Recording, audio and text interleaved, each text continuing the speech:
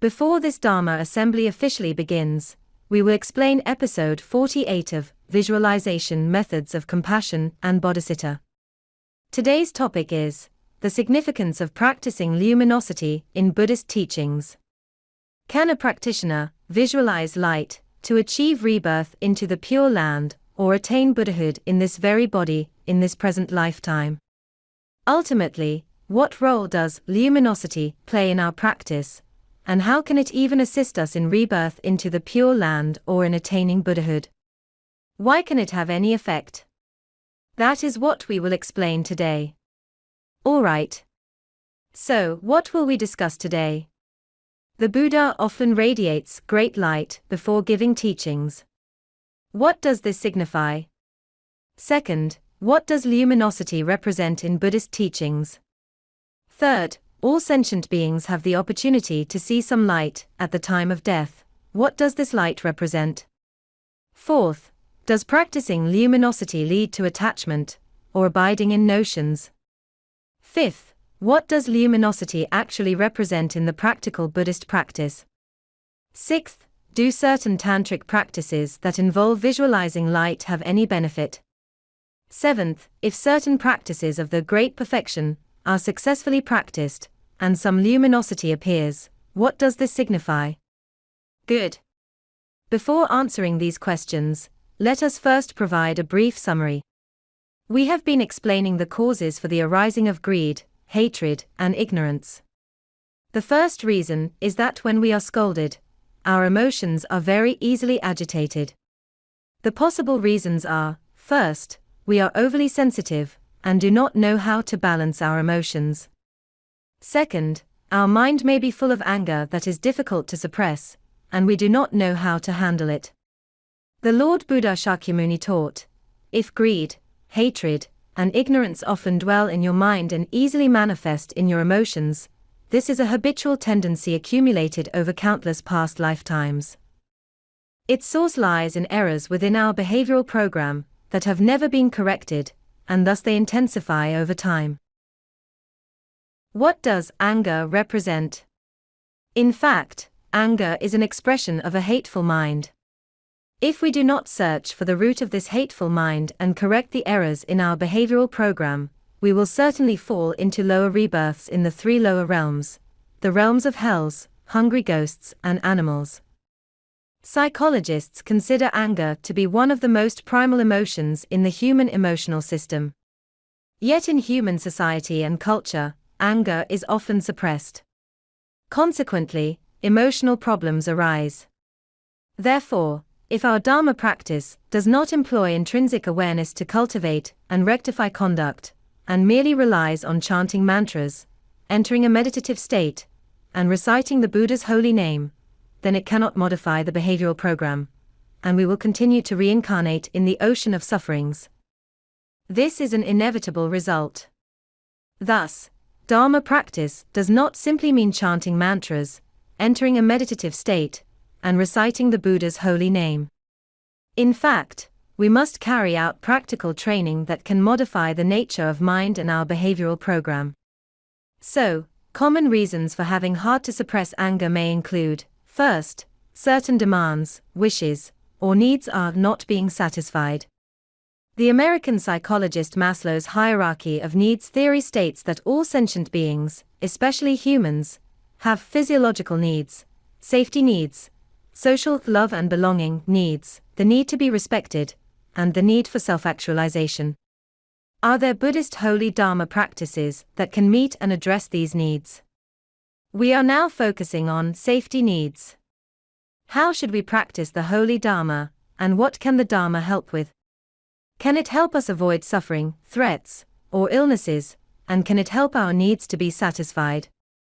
The methods and attitudes in Hinayana, Mahayana Buddhism, Great Vehicle, and Vajrayana, Secret Mantra Vehicle, differ. Hinayana uses sever the afflictions in order to achieve Bodhi, Mahayana uses transform the afflictions to become Bodhi, and Vajrayana emphasizes afflictions are indeed Bodhi. What is sever the afflictions in order to achieve Bodhi? Essentially, it is a kind of avoidance. Its view, practice methods, actual conduct, and eventual result all rely on the four satipathanas, which belong to visualization practice methods. The first mindfulness is visualizing the body as impure, the second is visualizing feelings as suffering, the third is visualizing the mind as being impermanent, and the fourth is visualizing the Dharma without self. Within visualizing the Dharma without self, there are northern lineage and southern lineage distinctions. For details, please refer to the Dudjom Buddhist Association, International, Compassion and Bodhicitta, Series Episode 41, How to Determine Whether a Religion or Sect Can Help Sentient Beings to Be Liberated from Suffering Forever and Attain Eternal Happiness. Also at the same time, kindly refer to Essence of Emptiness, Classification of Dharma Practices in Buddhism. That is to say, any Dharma practice requires two levels, one is theory, the other is the level of real practice.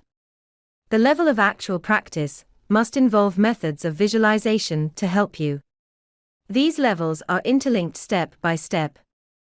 In fact, there are 84,000 Dharma doors of Buddhist practice, but not all equally reach the goals of being liberated from samsara or attaining Buddhahood. The effectiveness among them varies greatly. Buddhism has 10 schools, and differences in practice methods lead to different effectiveness. The Hinayana schools of Abhidharmakosa, Kosa school, and Suchisiddhi have been explained before and will not be repeated. In the Mahayana exoteric Tiantai school, there was formerly the one mind and three visualizations method, but it has been lost. The Sanluan school's correct contemplation of no attainment has been lost, and the Vinaya school itself has no visualization method. The Pure Land school's 16 contemplations of Amitabha has been lost. The Dharmalakar school's five-fold Vijnanavada visualization has also been lost. The Chan school's visualization on the inherent nature, original face, has been lost, and the Huayang Avatasika school's visualization the Dharma realm has been lost. In contrast, esoteric Buddhism has innumerable visualization practices, whether concerning emptiness, intrinsic awareness, main directions, different levels of practice, or approaches to meeting the 5 kinds of needs. Visualizations are available to assist and can mutually balance. We will notice that in the real practice aspect of exoteric Buddhists, Sutrayana, the component of visualization is close to none. There are mainly theories and some simple sutra recitation, reciting the Buddha's holy name, or simple dhyana methods. The reason these visualization practices were lost is that exoteric practitioners overly esteem the simple, effortless act of reciting the Buddha's holy name, believing it to be the best method. As a result, the most essential and most effective Dharma practice methods and theories have disappeared. This is truly regrettable. It is a fatal flaw of Mahayana exoteric traditions, overhyping the efficacy of reciting the Buddha's holy name. Because many Mahayana sutras appeared several centuries after the Buddha's Mahaparinirvana, their contents must be corroborated to determine authenticity. It is also improper to hype or overly praise certain contents. Otherwise, it will lead to deviation and distortions in practice methods.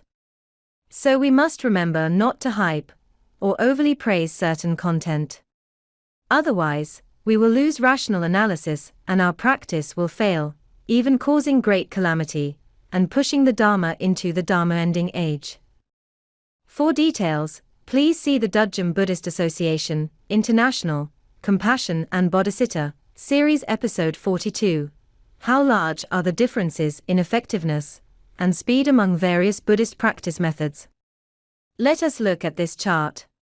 If we cultivate Mahayana rather than Hinayana, how many stages and how long are needed to reach the goal? You can refer to the Dudjom Buddhist Association, International, YouTube, Essence of Emptiness, Classification of Dharma Practices in Buddhism. From the beginning of practicing the 10 beliefs, 10 stages of Buddhist faith, up to completing the 4 preliminary practices, the fastest still requires 1 Asamkhya Kalpa. 1 Asamkhya Kalpa equals the time for the universe to go through formation, persistence, disintegration, and annihilation, 10 to the power of 51 times, which is an immeasurable duration. If you progress from the first level Bodhisattva to the 7th ground Bodhisattva, it still takes another Asamkhya Kalpa at the fastest. Then from the 8th ground to the 10th ground, it requires yet another Asamkhya Kalpa, and still not yet Buddhahood. In other words, at the very least and at the fastest, it takes more than 3 Asamkhya Kalpa to attain Buddhahood. But why does Vajrayana claim it can attain Buddhahood in this present lifetime or in this very body? Because, in methods or in mindset, even a hair's breadth deviation can lead to a 1,000-mile error. Mahayana exoteric traditions cultivate on the cause, not on the fruit. Vajrayana trains the arising of the 5 wisdoms through transform the mind into the 5 wisdoms, with the main direction of practice being to elevate intrinsic awareness. Why? Because ultimately one must accomplish the intrinsic awareness of perfect enlightenment to become a Buddha. If your practice content is entirely unrelated to intrinsic awareness, of course you will take very long and still fail. That is, from the position of no doubt of the 10 beliefs, one must already connect the practice with intrinsic awareness for success. What are the 10 beliefs? The Sutra of the Garland of a Bodhisattva's Primary Karmas, Scroll 1, Names of Sages and Holies, states that the 10 beliefs are the mind of faith, the mind of thoughtful awareness, the mind of diligence, the mind of wisdom, the mind of meditational concentration, the mind of no return, the mind of dedicating merits, the mind of protecting the dharmas, the mind of observing precepts, and the mind of keeping vows. For details, please refer to the Dudjom Buddhist Association, International, Compassion and Bodhicitta, Series Episodes 30, 31, and 32. That means only by linking the position of no doubt with intrinsic awareness from the outset can one attain Buddhahood, in this present lifetime, in this very body. From the very beginning of the cause, we must connect to the fruit of intrinsic awareness in our practice. Only then is it workable. If one practices the 10 beliefs entirely without relation to intrinsic awareness, no matter how one practices, intrinsic awareness will not arise. This is a cause and effect relationship. So, how can we use the 10 beliefs together with certain practice procedures or methods to bring forth intrinsic awareness? What method is needed for the arising of intrinsic awareness? Whether you are practicing the lowest or highest level of the path to attain Buddhahood, this is a practice method indispensable for everyone. I have named it the method of mind training and Dharma practice. It has 5 steps, the first being the mind training procedures, which themselves comprise 5 steps. Second, it must be aligned with the Diamond Sutra's Oral Pith Instruction 1, non-abiding in notions, and Oral Pith Instruction 2, not to abide anywhere in order to arouse one's awareness. Furthermore, it should be matched with the arising of the 5 wisdoms, and then practiced in conjunction with emptiness, neither existence nor voidness, so that intrinsic awareness can arise and Buddhahood be attained swiftly. Alright, let us now take a look. Hinayana and Mahayana actually adopt an avoidance approach. In their mindset, all suffering is considered normal, and our body is but a stinking skin. Vajrayana is different. Its mindset holds that afflictions are indeed body, and that afflictions themselves are intrinsic awareness. If one can successfully remedy any affliction, it becomes a form of intrinsic awareness. Thus, in mindset, afflictions are regarded as opportunities for the arising of body intrinsic awareness. However, in the process of remedying, if one does not apply the 5 procedural methods of mind training and Dharma practice, one can easily abide in notions. Once one abides in notions, one simply cannot success. Once abiding in notions occurs, it evolves into greed, hatred, and ignorance, becoming a primary factor for falling into lower rebirths. Since most contemporary Vajrayana gurus do not emphasize cultivating precepts and emptiness, they mainly teach numerous empowerments, ritual practices, and visualizations of forms and appearances. This leads many Vajrayana practitioners, due to an excess of external forms, to abide in notions even more strongly, becoming a major factor in their falling into lower rebirths. What are Vajrayana methods for meeting the need to avoid suffering, threats, or illness? First, from the very moment of entering the Dharma gate, one must understand what the mind of renunciation is, which has 2 levels of meaning. The first is to leave all suffering. Therefore, one must wisely learn how to handle suffering, neither avoiding nor abiding in notions.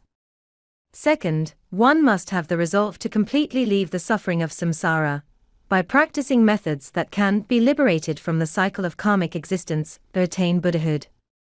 That is to say, if one practices Vajrayana and wishes to attain Buddhahood in this present lifetime, in this very body, or to be liberated from samsara, the first step is to cultivate the mind of renunciation, and it must contain these 2 levels of meaning to be correct. Only if your starting point is at the right position will you have a chance of success. Otherwise, they all talk about the mind of renunciation, but the mind of renunciation in Hinayana, exoteric Buddhism, and esoteric Buddhism are very different. Even within esoteric Buddhism itself, there are so many denominations, and their understanding, mentality, or the actual methods they adopt for cultivating the mind of renunciation are all different.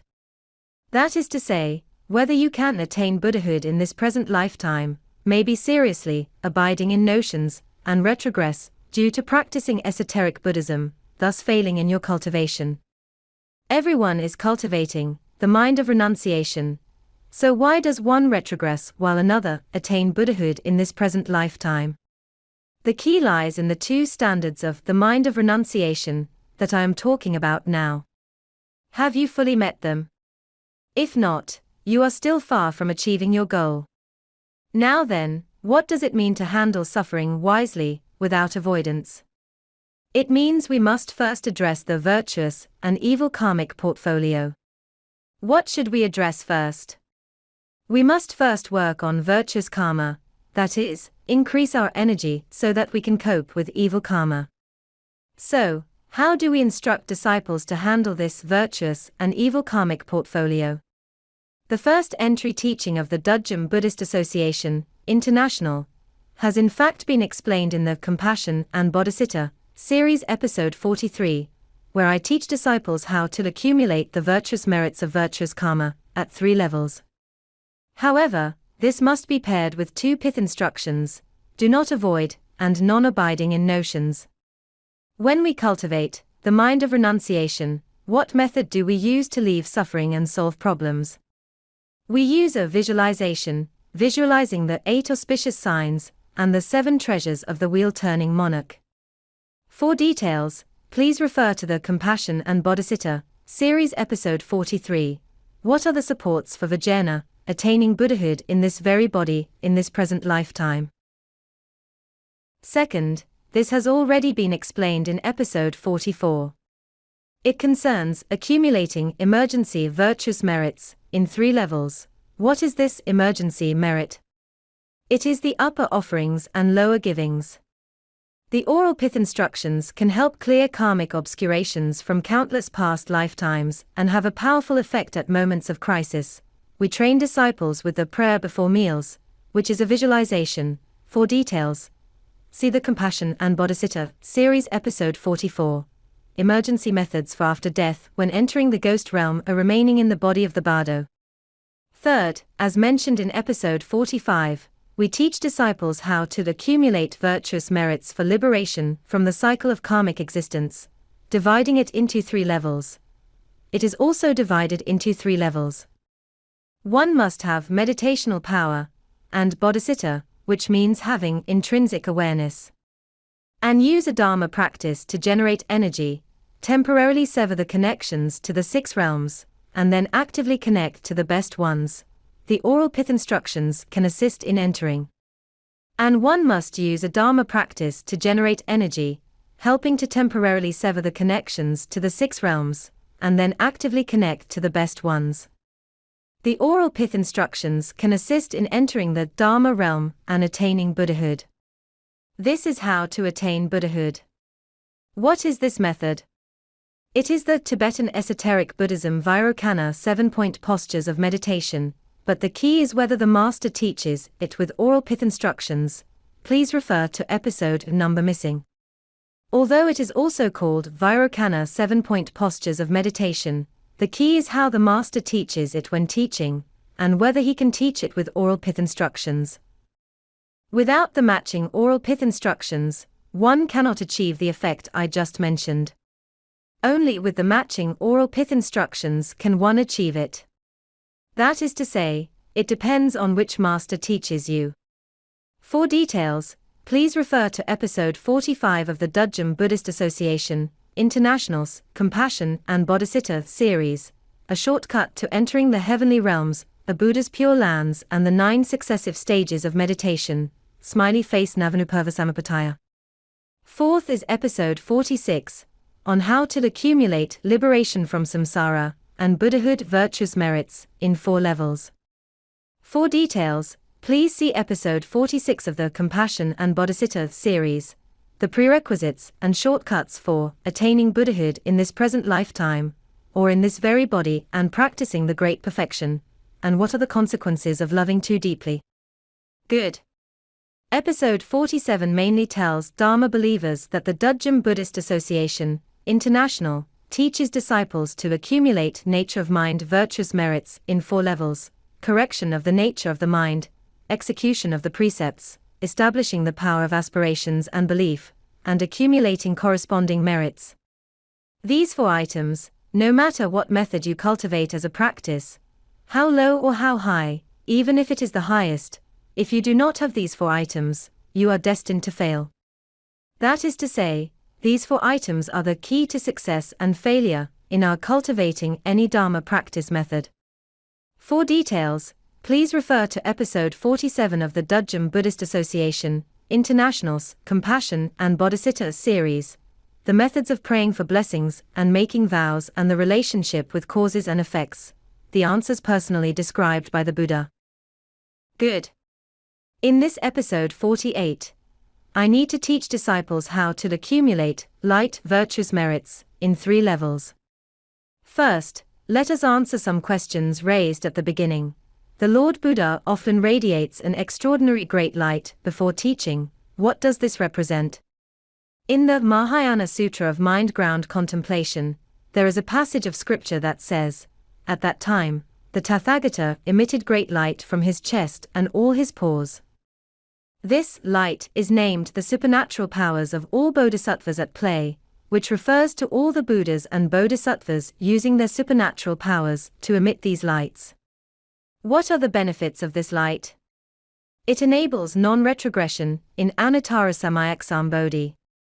What is Anuttara Sambodhi? This translates to intrinsic awareness of perfect enlightenment. Intrinsic awareness, without any deviation, is called Anuttara Sambodhi. The meaning of non-retrogression refers to this light.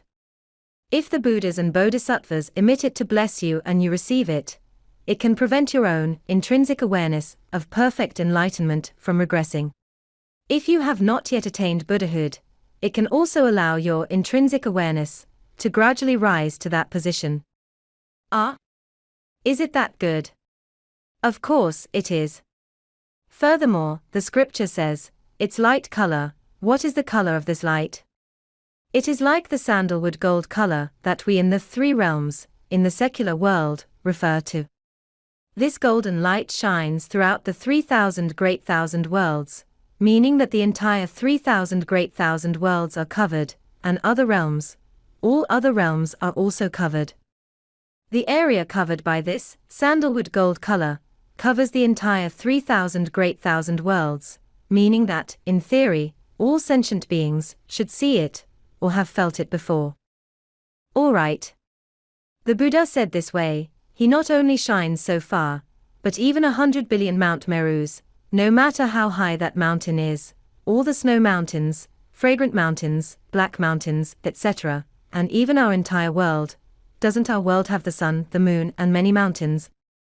All of them are covered, including the small mountain Cakravatapavata, circular iron enclosure, the great mountain Cakravatapavata, great circular iron enclosure, all the rivers, the seas, and even 100 billion great continents. All of these realms can be covered. Even the sun, moon, stars, heavenly palaces, dragon palaces, all the palaces of the gods, all of them can be illuminated by these lights. As well as all the countries, imperial palaces, all the tribes, even the realm of demons, the Yama realm. What is the Yama realm? It is the realm of hells. All of it can be illuminated. All the hells, all the sentient beings suffering and undergoing torment in the 8 cold hells and 8 hot hells, can all receive the blessings of these lights.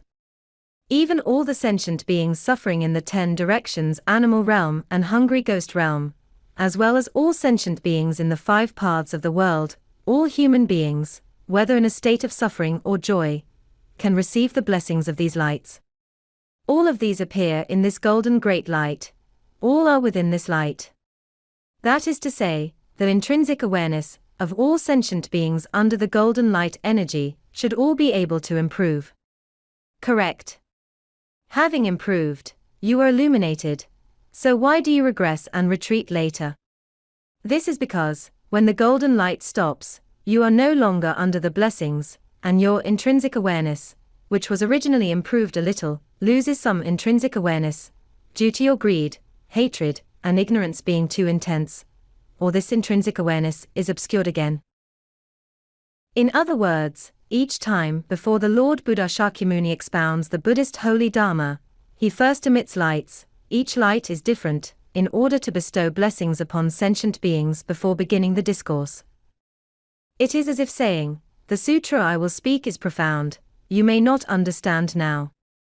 For more sentient beings to benefit, even at different levels, I first emit these lights to bless you and elevate your intrinsic awareness, so you can understand the Dharma I expound. Even if you forget later, one day you will recall it, for at least it has already entered your mental consciousness. Moreover, it entered under my golden light blessings, which makes it distinctly different. This is the compassion and purpose of the Lord Buddha Shakyamuni. The Avatamsaka Sutra states that when the Lord Buddha Shakyamuni had just attained Buddhahood, he emitted many kinds of lights from his body, each with different colors, and each color symbolized aspects of the Buddha's virtuous rewards and blessed fortunes. Sutras often note that when the Buddha is about to proclaim the great Dharma, he will first, 1. Enter a very profound meditative state, dhyana, 2. Emit various extraordinary lights. Is this not curious? Since the Lord Buddha is already a Buddha, why must he enter samadhi to emit light? Should he not be able to emit light at any time? In fact, the emission of such lights requires very strong energy. In addition, if a particular light is to possess a specific attribute to bless sentient beings so that certain functions appear, perhaps elevating intrinsic awareness, or bestowing blessings that reduce illnesses and so on, this demands very powerful energy. Otherwise, how could it cover so many realms? Thus, one needs a very deep meditative concentration to match such energy emission. It is not something that can be casually visualized while walking, standing, sitting, or lying down. To generate light with such vast and profound effects, it must be paired with dhyana. The Lord Buddha is no exception. What happens to those illuminated by these lights? They can remove sins and obstacles, increase wisdom, and even reach the level of awakening. those with greater virtuous rewards can achieve this. Hence the Buddhist verse, "The Buddha's light universally illuminates." In fact, depending on each being's different karmic forces, the blessing by light will yield different outcomes. Different colors of light represent different kinds of energy, each with distinct blessing effects. In the scripture on the 7 Buddhas of the Medicine Master's lapis lazuli light, it is said that in the pure land of lapis lazuli, by Sagyaguru, the medicine Buddha, is entirely like lapis lazuli, transparent and pure, emitting auspicious lapis lazuli light, which is blue. It represents a healing function. That is, entering different kinds of meditational concentration can activate energies of different degrees. The Sutra of the Great Conflagration and the Treatise on the Great Virtue of Wisdom state that heavenly beings' bodies emit light. Some deities in certain heavenly levels take light as their food and do not have the appetites of humans or animals. What do they eat? Some devas eat light.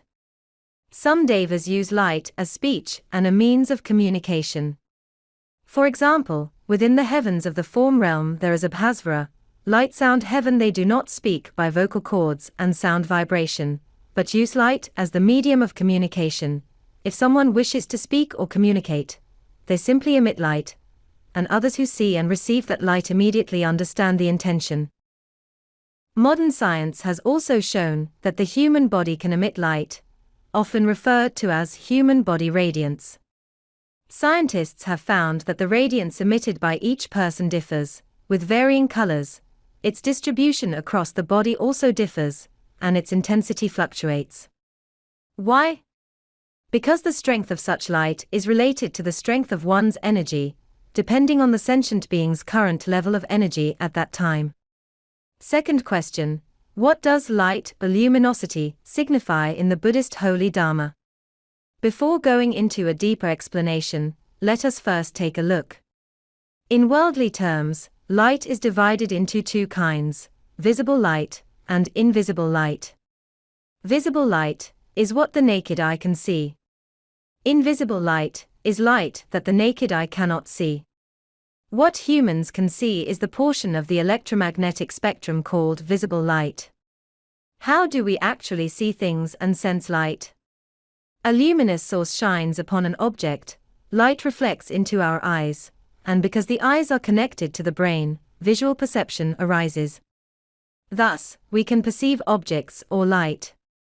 Visible light is only a particular band of the electromagnetic spectrum, commonly defined as waves with wavelengths between 400 and 700 nanometers. As you can see, it is a short segment. That is, it is longer than ultraviolet and shorter than infrared on the spectrum. In fact, for our eyes to see these electromagnetic waves, among such a vast spectrum, only the narrow band between 400 and 700 nanometers is perceptible, which is very short and limited. In other words, seeing light or luminosity is a kind of perception. By what means can we perceive this light? First, perception through the naked eye. Second, through training, such as certain Dharma practices, or through innate extrasensory abilities, or via other organs or channels that allow us to perceive light. In the Holy Dharma there is a technical term called interoperability of the 6 roots. What are the 6 roots? Roots here means sense faculties or organs. The 6 roots are the eye, ear, nose, tongue, body, and mind faculties. What is meant by interoperability of the 6 roots? It means that the eye, originally for seeing, can be trained to hear, to smell, to discern tastes, to touch and feel like the body, and even to function like the mind in thinking. Likewise, the ear can be used as the eye or the nose, and so on. This mutual interchangeability is called the interoperability of the 6 roots. Some practitioners whose practice is not very advanced may only achieve cases like the eye substituting for the ear, or the ear substituting for the eye. For all 6 faculties to interoperate requires excellent and profound practice. Generally speaking, interoperability of the 6 roots is not easily attainable. Then what are other channels? It means perceiving without relying on any organ, purely through mental consciousness or intrinsic awareness. To cognize with mental consciousness and to cognize with intrinsic awareness are two different things, reflecting different levels of practice. This is what is meant by other channels. Alright. The Treatise on the Great Virtue of Wisdom says, there are two kinds of light, first, light of form, and second, light of wisdom. What is light of form? It is luminosity produced by material things, for example, the light of the sun, moon, fire, and jewels, or the bodily radiance of Buddhas and Bodhisattvas and heavenly beings, light emitted from matter. And what is wisdom light, also called light of wisdom, or light of mind? It refers to the luminosity generated within oneself through correct and flawless holy Dharma teachings. This is not the sparkling light you see, but a light of wisdom. Such wisdom helps reveal and transform one's ignorance, defilements, and dullness into wisdom. This is called wisdom light. Volume 11, Foundation Volume, of the Yogacara Bhumi Sastra, does not classify it in this way. It divides light into three kinds. First, light that remedies darkness, meaning luminosity produced by matter energy that dispels darkness, so that light is seen. The second is Dharma luminosity, referring to what beings touch, feel, and think, mental consciousness, by which methods for remedying greed, hatred, and ignorance arise in the mind. The wisdom and means each being uses to counter these poisons is their own Dharma luminosity. It can dispel the dark patterns born of greed, hatred, and ignorance, including drowsiness, torpor, and fixation on hallucinated scenes that arise when practicing calm abiding a stillness and contemplation, entering a meditative state. If you successfully remedy by employing mental consciousness or wisdom, that too is called Dharma luminosity. The third is bodily luminosity, the natural light emitted by beings' bodies. These are the three kinds described in the Yogacara Bhumi Sastra. These two classification schemes are both found in treatises. What is the Abhidharma basket, treatise collection, that is, what we often call the Tripitaka? In Buddhism, the three baskets are the Sutra basket, the discourses, the words spoken by the Lord Buddha, the Vinaya basket, the precepts, and the Abhidharma basket, treatises taught or authored by great practitioners. Both of the above classifications come from the Abhidharma basket. The classification in the Treatise on the Great Virtue of Wisdom is based on the sources that produce light. The Yogacara Bhumi Sastra classifies light by its function. Now I want to speak about a kind of luminosity that is the most important focus of this session. Not what was just mentioned, but what we will explain now is the most crucial. In Dharma practice, how many classifications of luminosity are there? This is essential knowledge we must understand. Because once you know this, your understanding of Dharma practice will be elevated manifold. Alright, let us take a look now. In actual practice, especially when training to arouse luminosity, how are methods of practical luminosity classified? First is the operation of mental consciousness, luminosity perceived through visualization. If through training, or by using consciousness to obtain perception via other organs or channels, one perceives luminosity, this is called the operation of mental consciousness. Second is natural perception, where without any personal intention, and without ever using consciousness to visualize such luminosity, one naturally perceives luminosity. However, this kind of luminosity actually has certain conditions and limitations. What are these limitations? First, it is perceived naturally without any operation of consciousness, neither one's own nor that of any other being. That is to say, it is not something you visualize yourself. Nor is it a case of someone else projecting luminosity into your mental consciousness. In short, there is no projection by any being's consciousness, no operation of consciousness is present, yet luminosity is perceived naturally. The second limiting condition is that you need no assistance from any organ, the luminosity is perceived naturally. Third, This is because you are practicing emptiness, neither existence nor voidness. What is neither existence? It means that nothing remains, all matter is absent. Nor voidness means it is not blank, intrinsic awareness is present. This is neither existence nor voidness, and what is spoken of here is your intrinsic awareness. This training in emptiness actually involves a visualization. It is called a formless visualization, meaning there is no fixed or prescribed form as the object of visualization. That absence of form is the very essence of the formless visualization. In other words, such natural perception is circumscribed. Not everything can be called natural perception. It is not simply that light pops up on its own and you see it without any visualization, nor can one casually declare it the luminosity of the Dharma realm. This is not the explanation. There are principles and rules you must be perceiving in the context of practicing emptiness. Alternatively, you enter into the law of nature at work and naturally perceive luminosity. For example, at the time of death, more than 80 kinds of greed, hatred, and ignorance dissolve. At that moment you enter a state devoid of matter, and begin to enter the state of oneness, and a certain luminosity will appear. This luminosity is not projected by your mental consciousness, nor by someone else. It arises purely because the law of nature is operating, dissolving all greed, hatred, and ignorance, while, at death, everything, including consciousness, disbands. The light that appears is thus called luminosity perceived naturally. This luminosity is the same as that manifested at attaining Buddhahood of perfect enlightenment, called the clear light, luminosity, of Dharmata. What is perfect enlightenment? It is intrinsic awareness that is 100% free of deviation, the awareness that can enter the state of oneness. In the state of oneness, I tell you, there is no luminosity. Luminosity belongs to the realm of phenomena with counterparts, which makes it dualistic or multiplistic. So why does the clear light of Dharmata appear?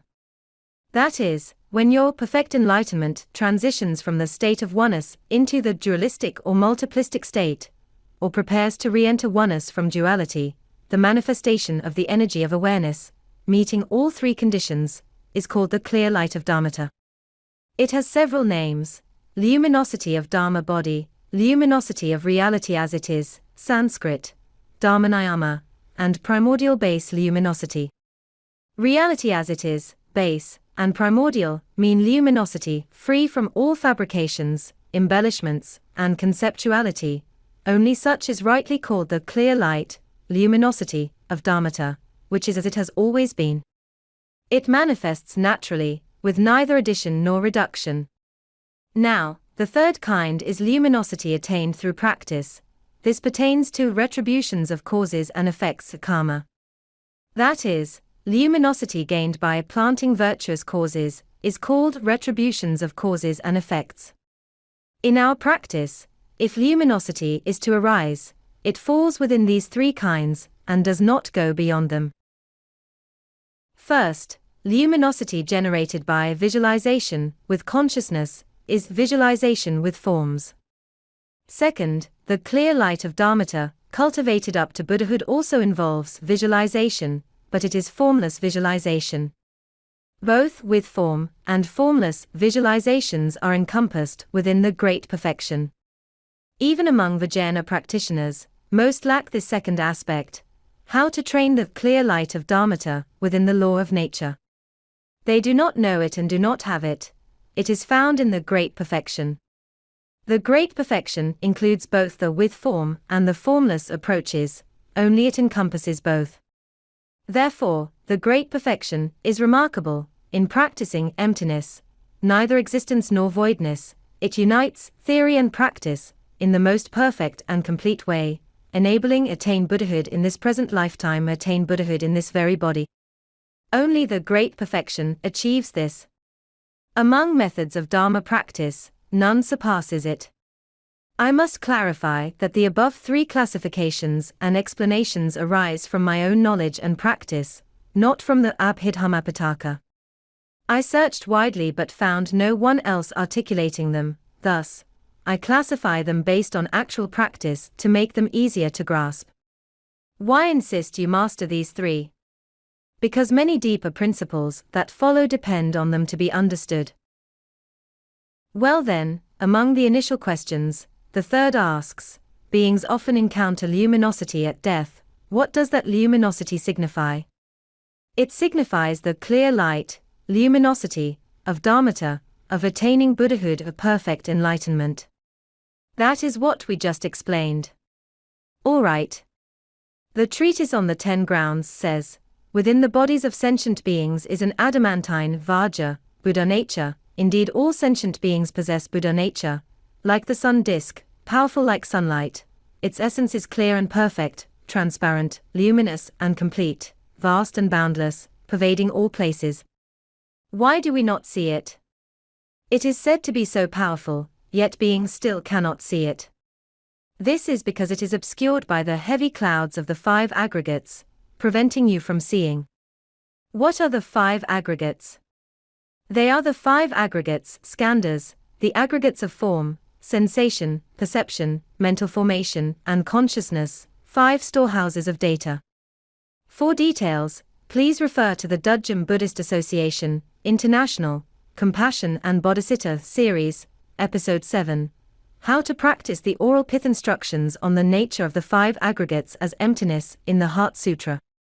Kindly revisit the YouTube episode. Because these 5 repositories confine us in a kind of cage, indeed, all conceptual constructs entrap us, like being shut inside a bowl. Even when there is light, we cannot see it. Therefore, you cannot manifest the clear light, luminosity, of Dharmata.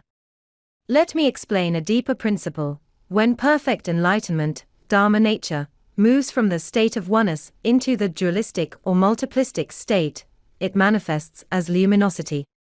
This is called the clear light, luminosity, of Dharmata. In practice, if one wishes to attain Buddhahood in this present lifetime and to manifest the clear light, luminosity, of Dharmata, the treatise on the 10 grounds already says we possess this clear light, only obscured by the 5 aggregates. Yet our 5 aggregates are not emptied, and to empty them might take 3 great asamkhya kalpa. How then can one attain Buddhahood in this present lifetime or in this very body? If you can cultivate the manifestation of this clear light, wouldn't that suffice? How to accomplish its manifestation? There is only one method: practice the great perfection. Of all teachings, whether esoteric Buddhism or exoteric Buddhists, Sutrayana, none besides this has taught it. The great perfection trains in emptiness and luminosity, especially the clear light, luminosity, of Dharmata. It is a practice that unites emptiness and clear light, which is why it is extraordinary. Why practice in this way? In order to manifest genuine, perfect enlightenment. Why? As said, this clear light of Dharmata is a mode of perfect enlightenment. In the state of oneness, perfect enlightenment has no luminosity, but when it moves into the dualistic or multiplistic state, it manifests as this energy of clear light.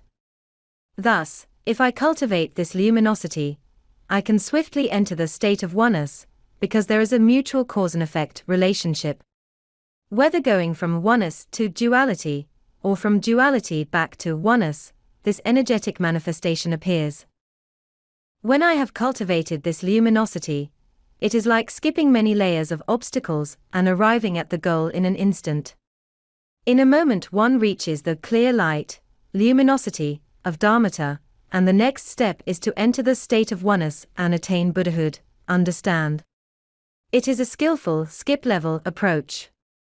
Only the great perfection accomplishes this, but without coupling it with emptiness, it cannot be achieved by any means. Since the great perfection practices with the fruit, intrinsic awareness, it is awareness-based practice. Cultivating the clear light of Dharmata is tantamount to cultivating intrinsic awareness and perfect enlightenment, directly training in 100% deviation-free awareness, not ordinary, incomplete awareness. hence the direct connection in practice allows one to attain Buddhahood in this present lifetime in this very body. This is the principle. You need to know that the Dharma realm is the state of oneness, where there is no luminosity. But when perfect enlightenment manifests in a dualistic or multiplistic state, the clear light, luminosity, of Dharmata appears. Therefore, beings practice emptiness within the three realms that are beyond oneness. As you know, exoteric Buddhists also speak much about emptiness, yet repeatedly they do not explain what neither existence nor voidness truly is, nor what nor voidness means. I taught this long ago. I consulted many Sutrayana texts on emptiness, and none could explain what nor voidness is. They often say, real emptiness with wondrous existence, but what is wondrous existence? They do not explain. In fact, I prefer not to use that term.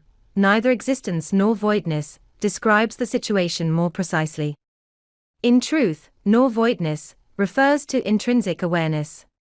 In Sutrayana, emptiness is largely theoretical, ethereal and unclear, so most do not know what is being said or how to apply it in practice. Esoteric Buddhism is different. It balances theory and practice, applying emptiness in cultivation. And only the great perfection fully employs it in practice. Why should we practice the clear light, luminosity, of Dharmata? Do not forget where we are now. We are in the three realms. The three realms operates the law of causes and effects that is dualistic or multiplistic. Without causes there are no effects. What kind of cause can let us enter the Dharma realm in the state of oneness? Only this cause of the clear light, luminosity, of Dharmata can lead to the fruition of perfect enlightenment. In the three realms, one cannot attain oneness, so if one only keeps on theorizing about emptiness, one ends up failing to explain anything. Thus, it becomes mere empty talk, but does not accomplish in practice. However, esoteric Buddhism speaks of actual practice.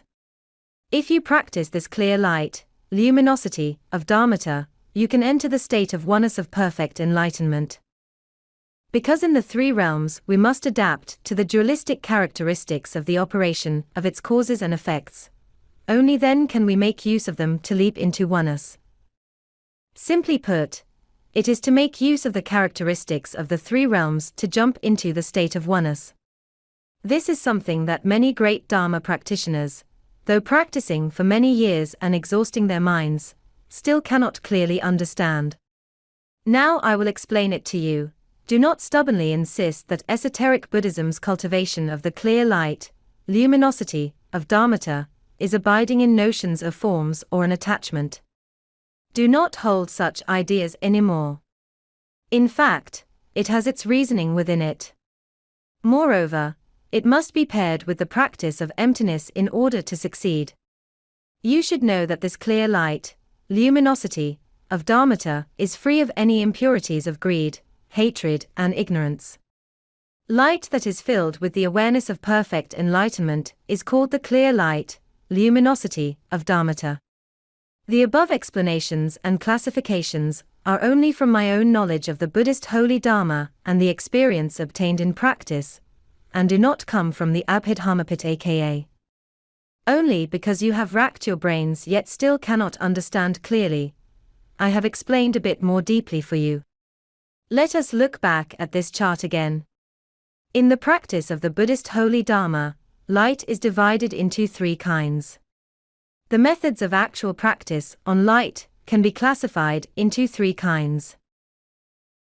The first refers to a visualization with forms or appearances. If you adopt the kind of visualization with forms taught in esoteric Buddhism, it is to visualize light. Why should we connect light to our practice? Light is the most rarefied material structure. It is already in an advanced stage. At the end it can let us gradually eliminate all materiality in the five aggregates, and enter a state of lowest density. This is light.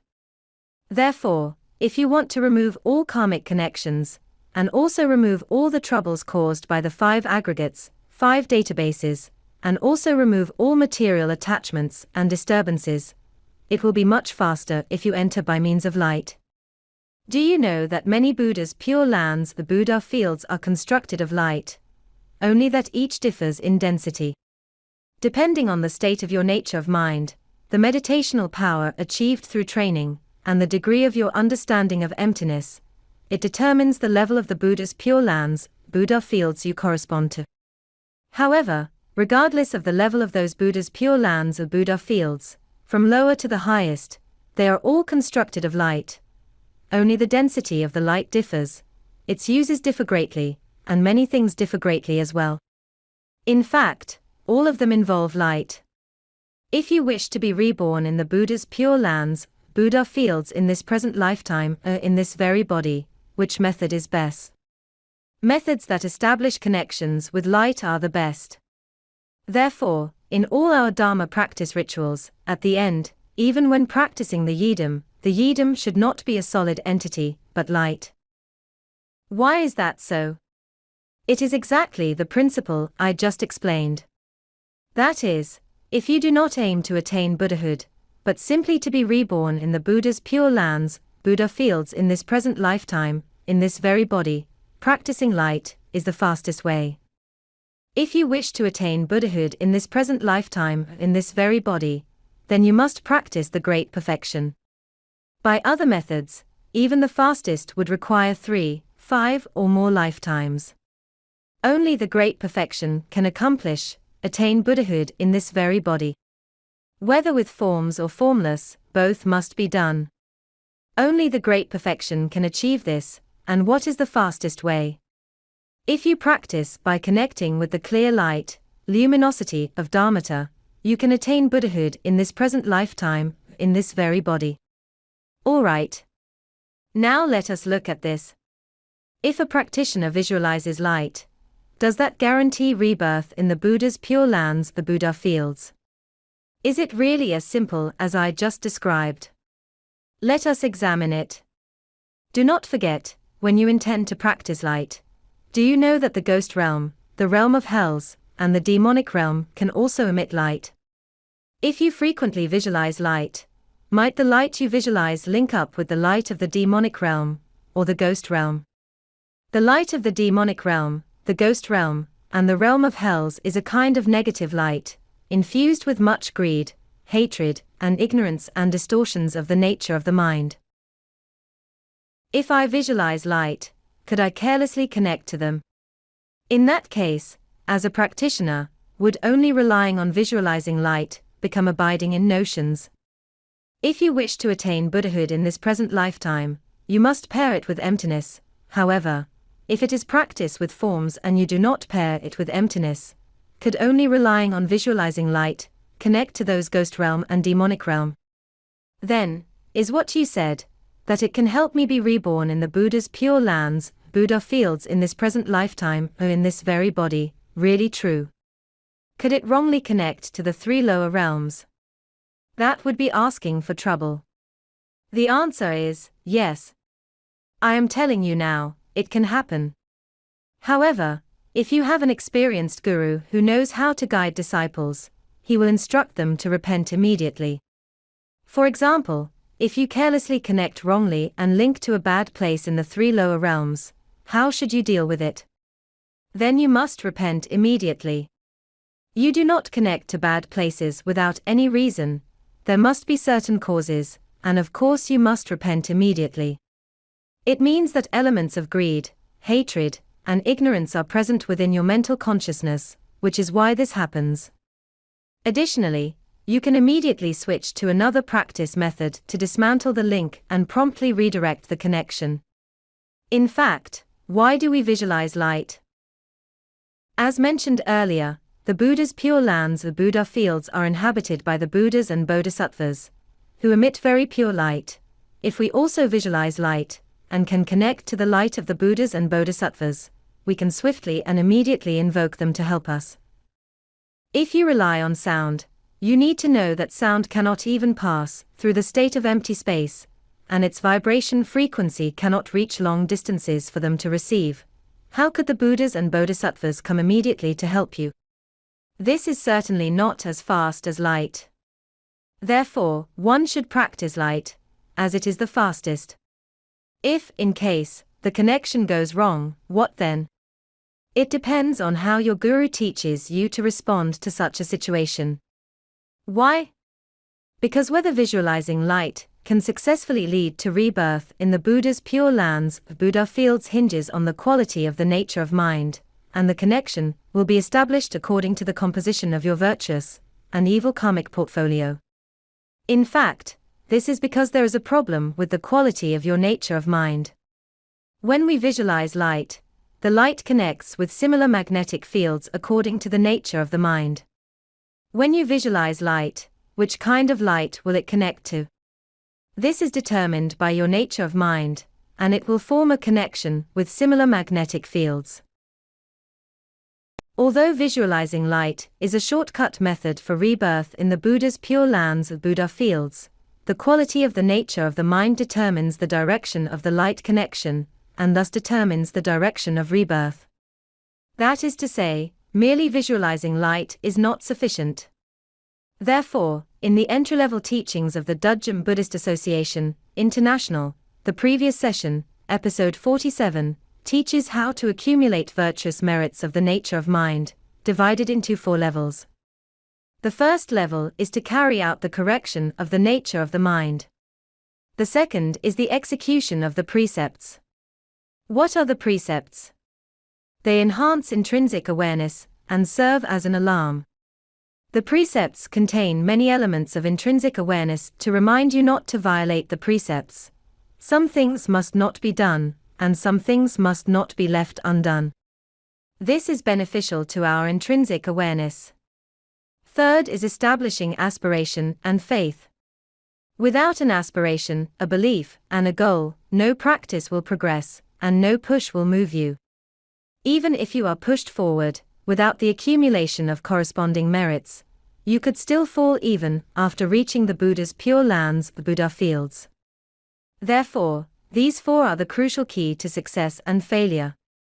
Whatever you practice is related to these 4. Now I will especially explain what the accumulation of corresponding merits is. Alright. You now say you want to practice light, correct? What merits in correspondence do you have that enable you to practice and attain this light? You must know that the 3 realms operate under the law of causes and effects. Everything relies on causes and effects.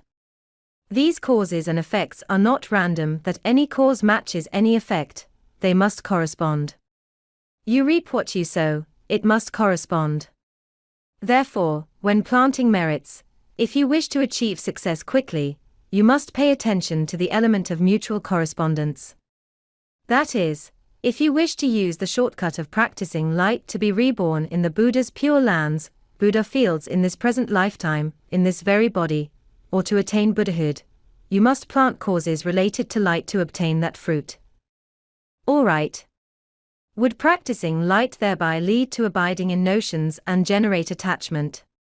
That depends on how your guru teaches you. If you align with the 5 steps and oral pith instructions of mind training and Dharma practice, as we currently teach, you will not generate the attachment of abiding in notions. However, as far as I know, most gurus out there do not pair their teaching with these oral pith instructions of mind training and Dharma practice, so they end up abiding in notions. Therefore, these 5 steps and oral pith instructions are extremely important teachings, an essential direction and essence for any practice. You must truly remember them and train diligently. Alright. In today's session, I will explain the accumulation of virtuous merits related to light, in 3 levels. The first level is retributions of causes and effects, through accumulating virtuous merits, enabling yourself to see or obtain these lights. Second, through visualization with forms or appearances, we can see this light. At the Dudjom Buddhist Association, International, I have been transmitting the Dharma for 20 years and have taught 2 methods to arouse light. But these are visualizations with forms, and the deeper functions and further deep applications of visualization have in fact not yet been taught. You may ask, why haven't you transmitted them yet? Haven't you been teaching for 20 years? You should know that even if disciples are taught, they may not necessarily practice. How do I know they have not practiced? If they practice, there will certainly be meditative states. If there are meditative states, they will inform me, and then I will know that they are practicing. However, after repeatedly speaking and teaching, they still have not told me what meditative state they have attained. This means there is no practice. How could deeper teachings be given? When they have not yet learned the shallow level nor trained sufficiently, how could they learn the deeper level? What is a formless visualization? It is light perceived through emptiness, neither existence nor voidness. In fact, I have been continuously teaching about emptiness, and have taught a great deal about understanding emptiness for 20 years, throughout the entire Compassion and Bodhicitta series, constantly explaining emptiness. You will see me explaining it ever more deeply, so that you find it increasingly easy to understand what emptiness is. That is, I must lay a proper foundation for you. If the foundation is not set, how could teaching succeed? This includes some fundamentals of the Great Perfection.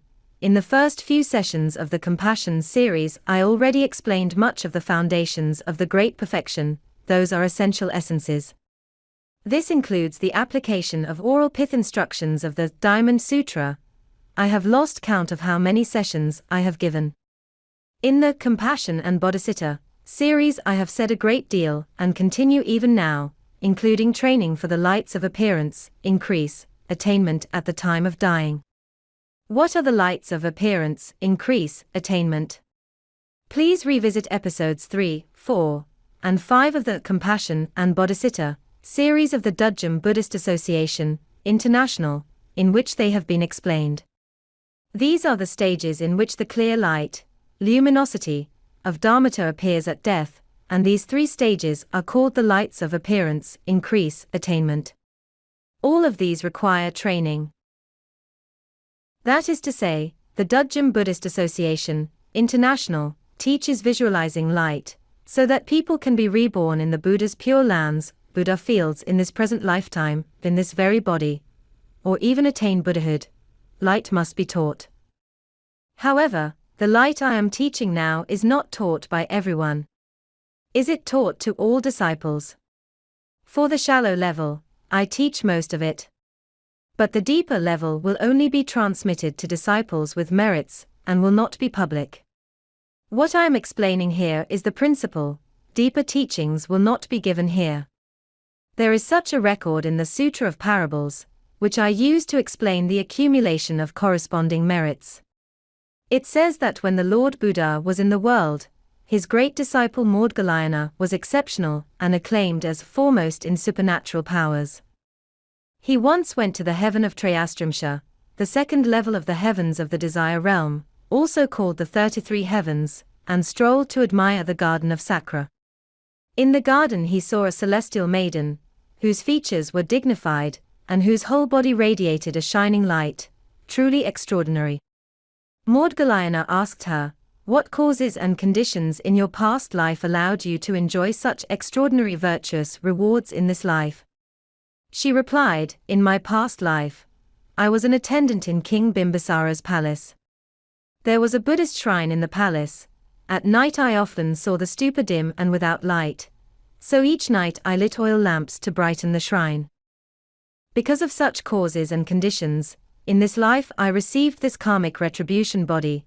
My body is brilliantly luminous, and I have come to the heavens to enjoy blessings. Now I truly experience unsurpassed happiness." What does this story tell us? This case shows that if one accumulates merits related to light, then when connecting with light to be reborn in the Buddha's pure lands, Buddha fields, or attain Buddhahood, the corresponding retributions will arise swiftly, thereby achieving success. Let us consider this. The Dudjom Buddhist Association, International, stipulates that when the Guru holds a Dharma event at puja, all disciples must attend. This is a rule of the precepts. There is a precept that within 40 miles, li, if there are teachings on sutras and dharma and you do not go to listen, you have violated the precepts. If it is your guru expounding the Buddhist sutras and preaching the holy dharma, even more so you must receive it. You might say, I am overseas and far away. With today's advanced technology, if the guru have live stream teachings, you still must attend them. You might say, no, I am busy. I will watch the replay on YouTube later. This likewise violates the precepts, because you did not attend at the time when you should have. If you cannot attend, you must request leave with reasonable excuses and only proceed after the guru approves, otherwise, it still counts as violating the precepts. These are regulations of the precepts. The Avatamsaka Sutra says, virtuous teachers, if you are practicing the Buddhist holy dharma and are a virtuous person, sentient being, you should seek virtuous teachers, and should not grow weary. You should keep seeking the dharma from them and not be lazy. What are virtuous teachers? They are those who can teach you the correct holy dharma, in other words, your guru. In esoteric Buddhism, virtuous teachers are called gurus, while in exoteric Buddhists, Sutrayana, they are translated as virtuous teachers. When you see virtuous teachers, do not become satiated or weary. Do not think that because you often see him you need not wish to see him more. Never tire of seeing him nor feel already satisfied. You should see him often, the more the better. Each time you see him, even if you do not ask questions and he does not teach, you will still form a wholesome linkage of the mind and receive beneficial blessings, as if the Buddhas and Bodhisattvas bestow blessings by radiating light. You are covered by light and within the guru a virtuous teacher's gaze. This is a very fine blessing. Therefore, the Avatamsaka Sutra teaches, when you see virtuous teachers, do not become weary. Ask virtuous teachers and do not dread toil. You should ask them frequently, never begrudge the effort, and ask as much as you can. You must understand, if a virus occurs and you even lose your guru, a virtuous teacher, you will have nowhere to ask questions. This speaks of impermanence. Because of impermanence, do not begrudge the effort, stay close to virtuous teachers, and do not harbor retrogressions. Do not think of not taking refuge, nor of withdrawing after taking refuge. Such retrogressions will make you violate severe precepts. Do you understand? This means finding a guru who can explain the correct Buddhist holy dharma and guide you may not be found even after countless past lifetimes. If you are so fortunate to find one yet retrogress and stop learning, this single precept will cause you for many lifetimes not to learn the true holy dharma again, nor meet a guru who can truly teach you. It is simple. Many people often watch much dharma on YouTube, yet it is never quite on point, and they cannot truly understand. There are many layered connections within, which many are not yet able to explain. Therefore, if you are fortunate to stay close to him, do not retrogress. Otherwise, great trouble will ensue, and it will be a long time before it can be resolved. Why? Do you know that the Lord Buddha Shakyamuni circled through many times? As in the case described in episode 47, he cut his flesh to support his parents, with such tremendous merits, yet he still required immeasurable asamkhya kalpa, turning round and round before attaining Buddhahood. You can imagine how grievous such kind of circling around is. Thus, as one who has gone before, the Lord Buddha Shakyamuni exhorts people, once you encounter such a guru, do not retrogress. Do not harbor such thoughts. Make offerings to virtuous teachers, and do not rest. You should continually make offerings to virtuous teachers. Serve and respect your teachers and elders, even providing clothing, food, and all necessities. Why make offerings to virtuous teachers? You must know that you now hope to rely on this virtuous teacher, guru, to be liberated from samsara, or to be reborn in the Buddha's pure lands, Buddha fields, or to attain Buddhahood. Do you realize how great a benefaction this is? How many lifetimes of virtuous merits must you accumulate to accomplish such a thing? Of course you must accumulate more merits. Because you continually expend virtuous rewards or blessings to hear his explanations of the holy Dharma, if you only consume blessings without accumulating them, they will be quickly exhausted. Without blessings, great trouble will arise. What might happen? It may suddenly break off. You may lack wisdom to receive, even retrogress, or give rise to afflictions and thus be unable to practice. Obstacles arise whereby even if you learn, you cannot practice.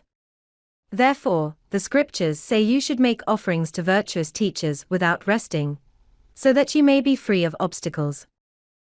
Receive the teachings of virtuous teachers. You must be receptive to what he teaches. Do not go against nor be in error, do not act contrarily, nor incorrectly, you must follow correctly what he says, according to his instructions. Do not be stubborn. Learn the conduct of virtuous teachers, you should learn his behavior. Do not doubt, do not fixate on thinking that this guru, a virtuous teacher, once littered and thus doubt he has problems. Many great practitioners have taught this. These are small faults.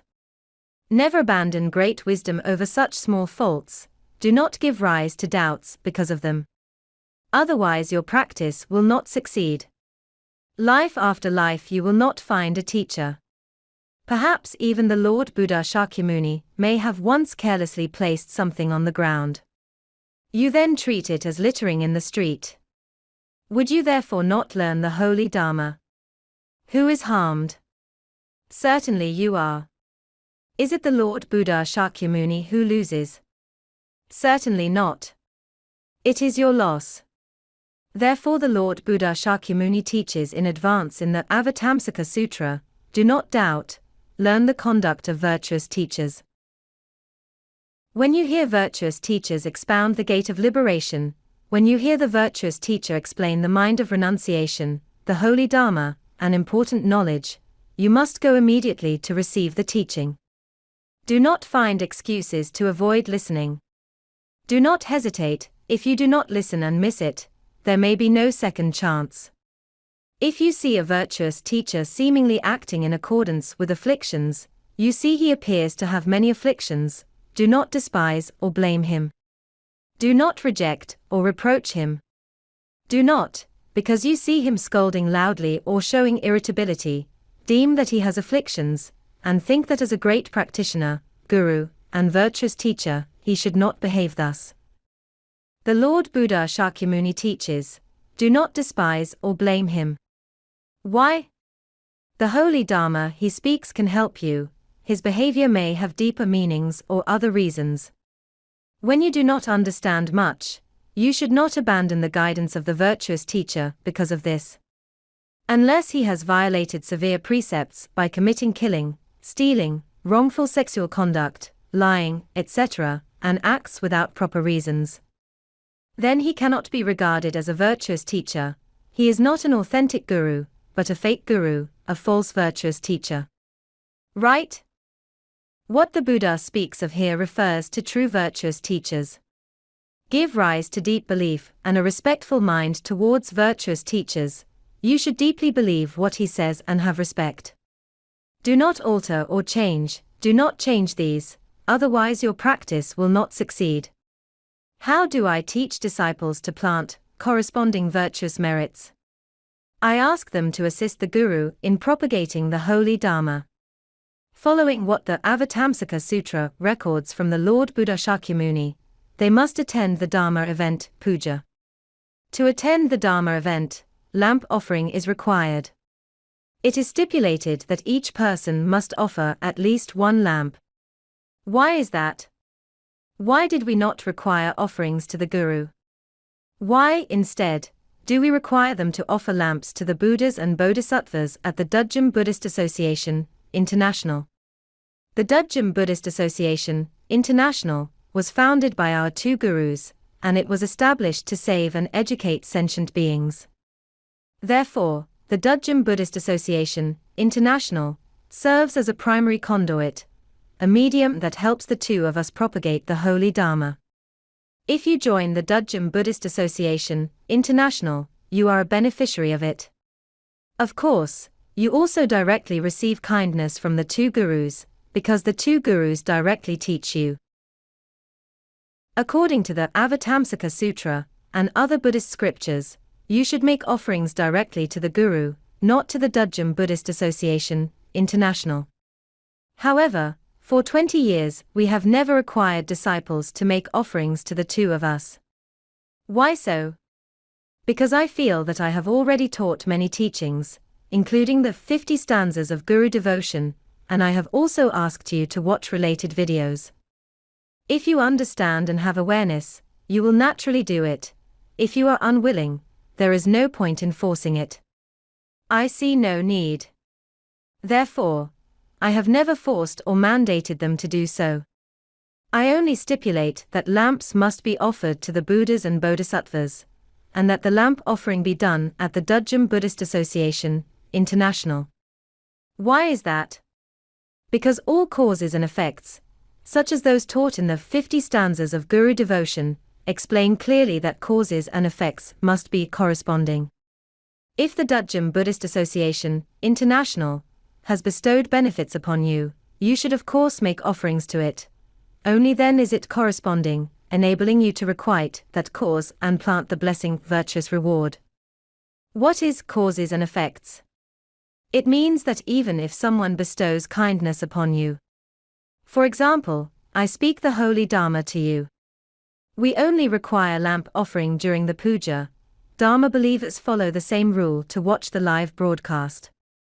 However, the live content is soon uploaded to YouTube, and YouTube is free.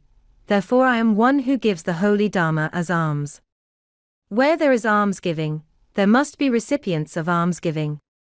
Recipients of almsgiving may say, YouTube requires no offering, charges no fee, and can be watched freely without conditions. So why is any requital needed in terms of causes and effects?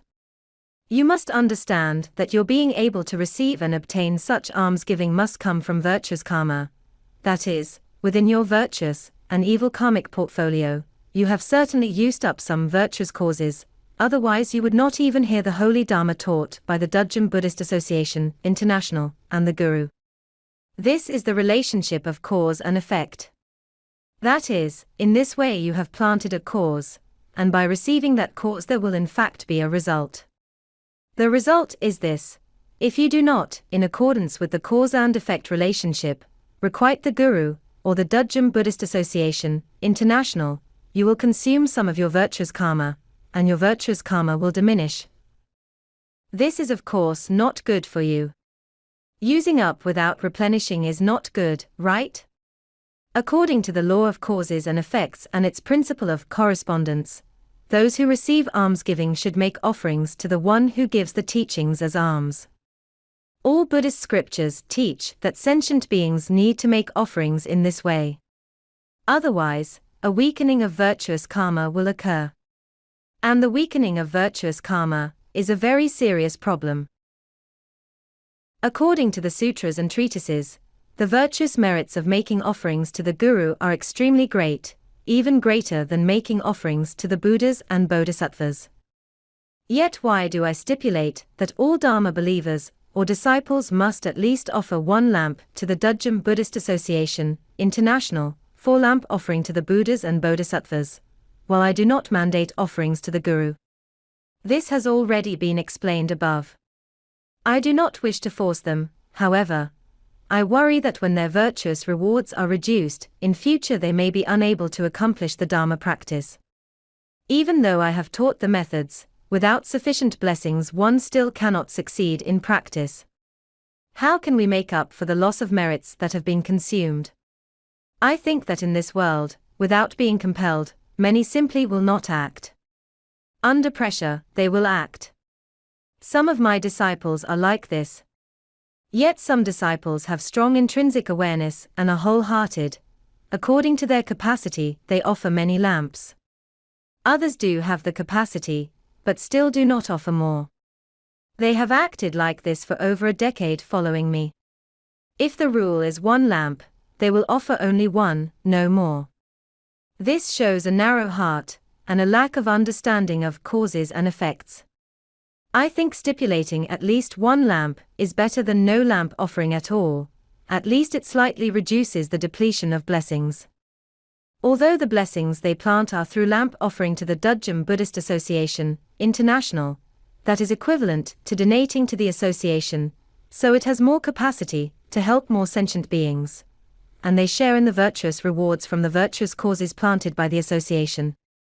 Certainly, offering lamps to the Buddhas and Bodhisattvas brings blessings and plants virtuous causes, and by helping the Dudjom Buddhist Association, International, to propagate the Holy Dharma, you also gain blessings, because you share in the virtuous causes planted by the association. Furthermore, we not only perform lamp offering, but also smoke offerings, and the Guru practices, during the Dharma event, puja. So you share in those merits as well. Thus, at the very least you gain threefold merits. This is why I require Dharma believers and disciples to do lamp offering, with at least one lamp. If I do not compel them, they will not act, not acting will diminish blessings, and future practice will not succeed. However, I do not wish to require offerings to us personally, even though we are the benefactors, and in principle, should be offered to. I feel this should be up to them to decide. Why do we stipulate lamp offering and smoke offerings to the Buddhas and Bodhisattvas venerated by the Dudjom Buddhist Association, International? Lamp offering is luminosity, and pertains to supramundane wisdom. Smoke offerings are equivalent to making offerings to the Nagas and the 8 races of non-human entities and to the Buddhas and Bodhisattvas, for they take fragrance as food, while high-level heavenly beings take luminosity as food. Your lamp offering thus also carries a mundane function within it. That is to say, both acts contain mundane and supramundane luminosity, as well as mundane and supramundane merits.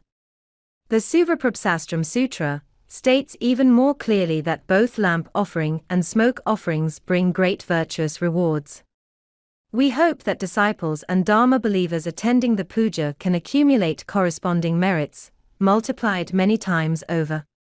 For when the Dudjom Buddhist Association, International, teaches much holy Dharma and helps many sentient beings open wisdom, the merits planted are immeasurable and multiply manifold.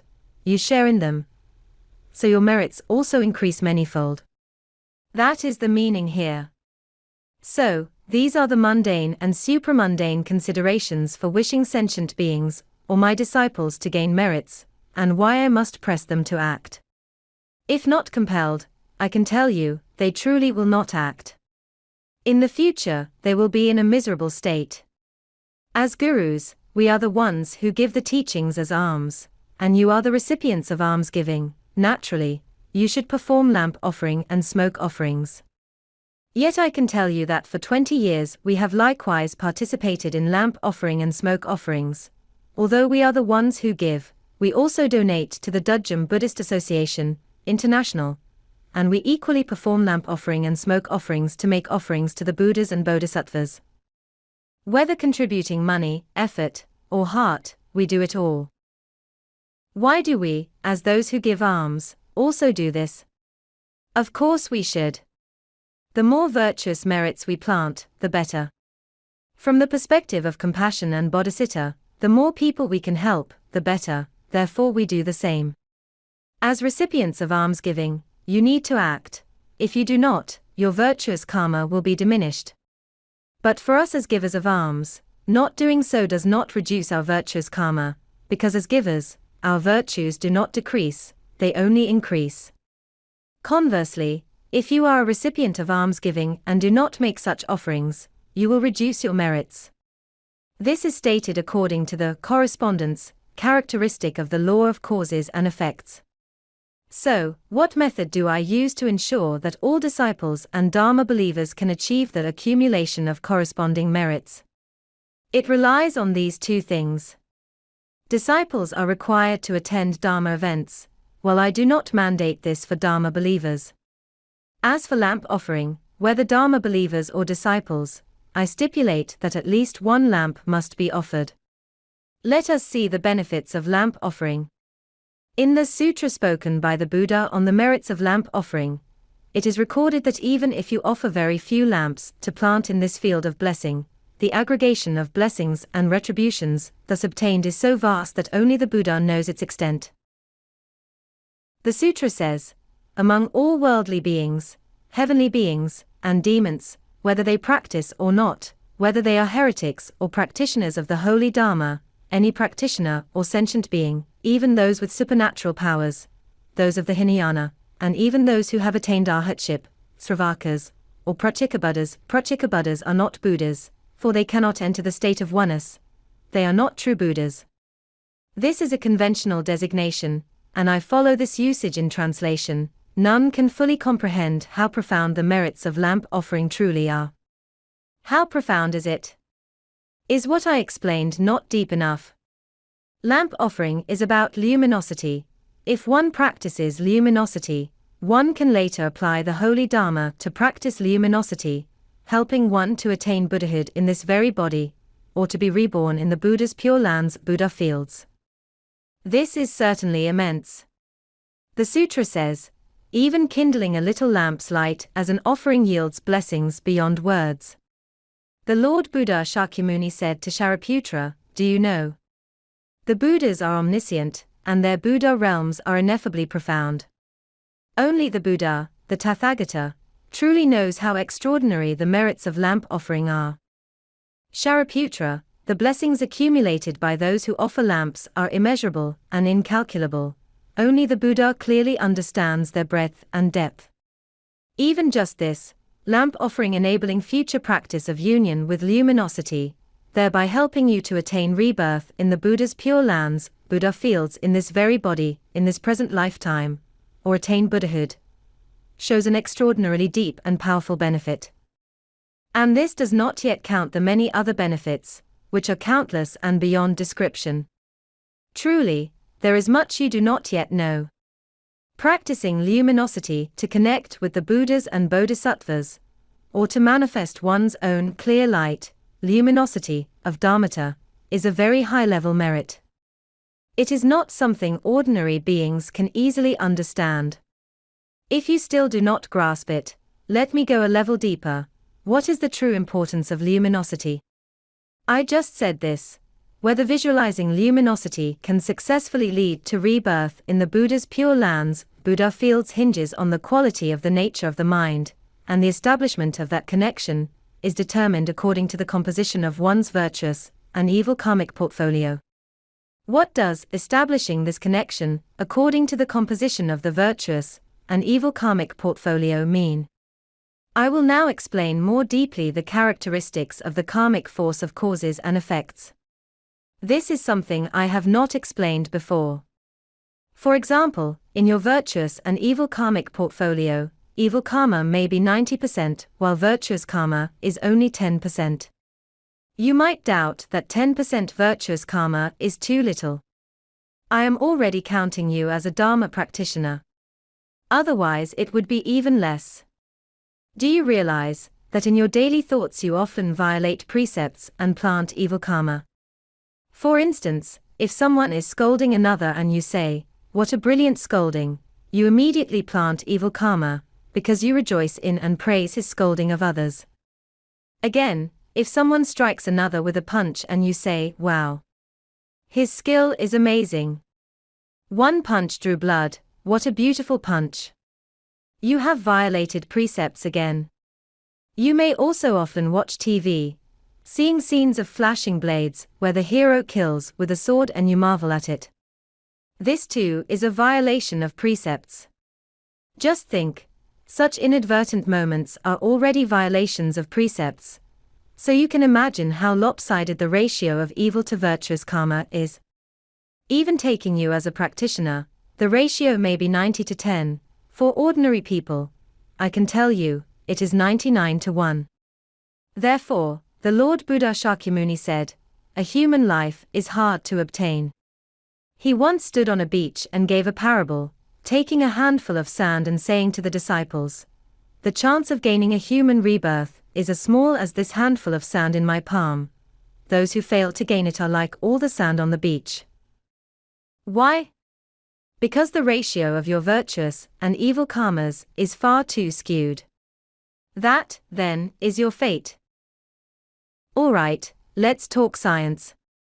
In quantum mechanics, physicist Dr. John Archibald Wheeler discovered that atomic and subatomic particles, before observation, exist in a statistical physical state. No form or appearance has yet manifested.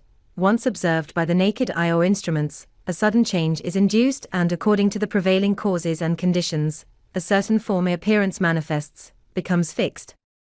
In quantum mechanics, this is called the role of the conscious, that is, the effect of the observer's consciousness, because by placing your consciousness upon the object, you have influenced the outcome. As Wheeler said, only when observed does it exist. Without observation, nothing exists. Nothing exists until it is observed. John A. Wheeler, Dr. Eugene Wiener, the 1963 Nobel Prize in Physics laureate, said, "Humans possess a non-material power of consciousness that can influence changes in matter. That is, when your consciousness observes, things change, and all material transformations are affected." For details, see the Dudjom Buddhist Association, International, YouTube video, Everything Comes from the Mind. Let's look again. The virtuous and evil karmic portfolio is like the atoms and subatomic particles spoken of by that scientist. Your virtuous and evil karmas are actually not yet fixed. After this life, where you will be reborn, whether you will get cancer or be long-lived, even whether you will win the lottery, all are still in an indeterminate state. However, when you add consciousness into the virtuous and evil karmic portfolio, i.e., when observation is applied and the observer's consciousness effect arises, it will change. Therefore, our Dharma practice is to use the mind, mental consciousness, to govern the changes of this karmic portfolio. Do you understand?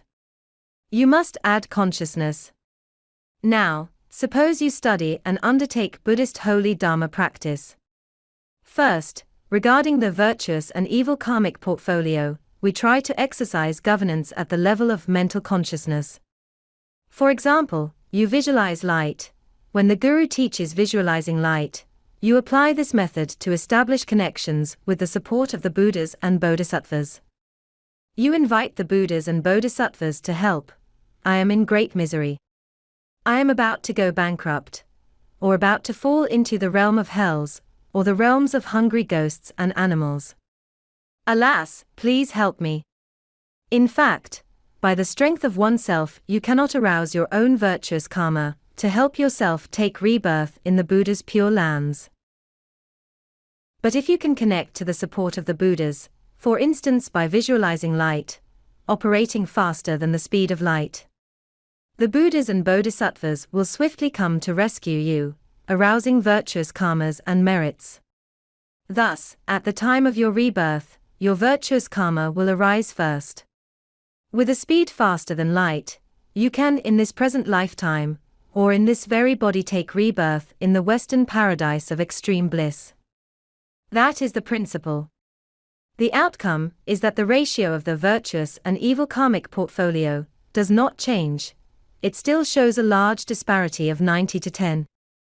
If you do not practice, with a 90% probability you will fall into the realms of hungry ghosts, animals, and hells. However, since you now practice the method of light, although the ratio does not change, you can induce virtuous karma to take effect first, thereby taking rebirth in the Buddha's pure lands, the Buddha fields. After taking rebirth in the Buddha's pure lands, the Buddha fields, you can strive in practice to compensate for the portion of virtuous merits already expended. Do you understand? That is to say, if you are willing to practice, you can exercise active right of choice. Note there are many kinds of active choice, meaning many Dharma practice methods. If you do not adopt the method of light, it will be very slow and the success rate very low. Why? In the case of the filial young prince in the Sutra of the Wise and the Foolish, Sanskrit, Dharmamukhanidana Sutra, chapter on Sujati, did the Lord Buddha Shakyamuni, though planting great merits, by cutting his flesh to feed his parents, still need immeasurable asamkhya kalpa before attaining Buddhahood. Please refer to the Dudjom Buddhist Association, International, YouTube series, The Visualization Practice of Compassion and Bodhicitta, Episode 47. Why so? The principle is simple. At that time the Lord Buddha Shakyamuni practiced on the level of causes, and did not apply the teaching of visualizing light. Because different Dharma practice methods were adopted, different results ensued. Since light is a special form of energy, if you apply the 5 steps of mind training and Dharma practice, together with the method of visualizing light, it can transform into intrinsic awareness. Therefore, using the method of light belongs to practicing within the fruit, because it connects to intrinsic awareness. It is practice at the level of fruit, and will thus succeed rapidly. Why was the Lord Buddha Shakyamuni slow? Because he was practicing within causes, constantly planting virtuous causes, such as cutting his flesh to offer to his parents, self-sacrificing to feed the tiger, or asking others to bore 1,000 holes in his body to place and light lamps as offerings to the Buddha. Using such extremely arduous methods that few can do, even with unwavering resolve, still required asamkhya kalpa to complete the practice successfully. This is because practicing within causes, relying on methods of planting virtuous causes, including cutting flesh, feeding oneself to a tiger, will of course be slow. However, if you apply the 5 steps of mind training and Dharma practice, together with the method of light, it will certainly be fast. It must be stated clearly, you must adopt the 5 steps, otherwise, practicing, visualizing light, alone can still fail and easily connect to evil magnetic fields. Please remember this. In other words, practicing within causes, by relying on methods of planting virtuous causes, can only change the ratio of the virtuous and evil karmic portfolio, but cannot change the speed. That is to say, you will be very slow. Okay. How high and disparate must the proportion be increased to automatically generate good results? You should know that Lord Buddha Shakyamuni offering his flesh to his parents at most increased his good karma to 11%, an increase of 1%, while evil karma remained at 89%. This is cultivating good causes. If the proportion of good and evil karma is such that good karma increases to 99% and evil karma is only 1%, with such a large proportion of good karma, one can be reborn in a Buddha's pure land, a Buddha field at any time. Is that so? The proportion needs to be so high, but can one attain Buddhahood? Did you know? Lacking only 1%, it may take several asamkhya kalpa, and one may still not attain Buddhahood. Don't think that lacking only 1%, with only 1% of evil karma remaining, it is still very difficult to deal with. Why? You can review what I said before, that Lord Buddha Shakyamuni was chased by wooden thorns, and at that time he had already attained Buddhahood. Even after attaining Buddhahood, he still had to endure the 10 evil retributions, and one of these retributions was being chased by wooden thorns to the heavenly palace, where his soles were pierced and bled, and he fainted from the pain. It is conceivable that even after attaining Buddhahood, the combination of good and evil karma still exists. Isn't it that one can only attain Buddhahood when the combination of good and evil karma has all turned into good karma?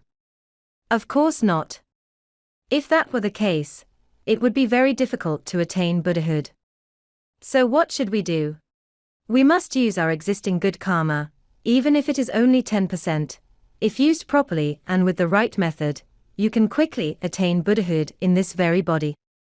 After attaining Buddhahood, if you feel that you still have 90% of evil karma that has not been cleared, at that time you are in a state of oneness, you can leave the Dharma realm and enter a state beyond duality, transforming into the appearance of other sentient beings and the structure of different realms, going there to propagate the Dharma, turning all the combination of good and evil karma back into 100% good karma, making repayments, just as Lord Buddha Shakyamuni, after attaining Buddhahood, used the 10 retributions to clear the remaining 1% of evil karma. You can see that even his 1% still needs to be repaid with the 10 great retributions, which is very difficult to clear. You might say, so even 1% needs to be repaid so much. Repaying 1% with the 10 great retributions is already considered little. If it were other sentient beings, they would not be able to repay it for a long time. Therefore, you need to know, don't think that your good karma is so little that you need to cultivate slowly over a long time. It is very difficult to cultivate in that way. If you rely on cultivating good causes to practice, the proportion needs to be very high. You must have a method of cultivation that allows you to attain Buddhahood in this very body. Otherwise, with so little good karma, you will not be able to accumulate much even after a long time. Cutting flesh is actually not enough to increase it by 1%. Why is it like this? The problem lies in the fact that no matter how subtle or small the evil cause is, even if it is only 1%, it can lead to the unstoppable and continuous generation of evil causes or effects due to the vicious cycle. This is called the vicious cycle. For example, you originally had a lot of good karma, but also not a small amount of evil karma, perhaps 20–30%, assuming you have already walked through many Samkhya Kalpa. Unexpectedly some evil causes appeared, and you fell into hell, experiencing extreme pain, and your will is not strong enough, and you hope to find a substitute in hell to suffer for you. In this way, your evil causes will continue to increase, and the evil effects will become more and more, and in the end you will not be able to escape the hell realm, and you will constantly, for endless, Asamkhya Kalpa, have to remain in hell. Why? Because when you are in hell, you endlessly plant many evil causes, and therefore you cannot escape it. That is to say, just a little bit of evil karma is enough to make you unable to escape samsara forever. Therefore, if you think of slowly accumulating good karma, learning from Lord Buddha Shakyamuni slowly accumulating, until it is 99–1, then you can attain Buddhahood. You can spare yourself this thought. Lord Buddha Shakyamuni has an amazing will, 1,000 times stronger than you. He could bear to have his flesh slowly cut off to feed his parents. He could bear to have thousands of holes pierced in his body to light lamps to offer to the Buddhas. How could you do that? Since you can't do it, why still use this method? Why deliberately seek your own destruction? Isn't it? Therefore, good causes basically only have a very small chance of being automatically triggered. Most of the time, it is evil causes that are triggered first. Moreover, just look at how disparate the proportions are and you don't need to ask any more questions. Therefore, even if Lord Buddha Shakyamuni's previous incarnation had a very firm and strong compassionate consciousness, he still needed to experience immeasurable Asamkhya Kalpa in order to completely change the proportion of the combination of good and evil karma, reaching a situation where good karma was much more than evil karma, becoming an extremely disparate situation. Only then was it enough to attain Buddhahood. This requires immeasurable Asamkhya Kalpa to achieve. Therefore, where the method and focus of cultivation should be placed is very important. You must choose with great clarity and wisdom. Because the consequences involved are very great, they may lead to never being able to escape samsara or attain Buddhahood. With such tragic consequences, you must of course be cautious. Is that right? You might say, I don't cultivate. I like to let things take their natural course. The observer effect of quantum mechanics will still have an effect. Why? You say, I don't add my consciousness to the combination of good and evil karma. I don't cultivate, let it change on its own.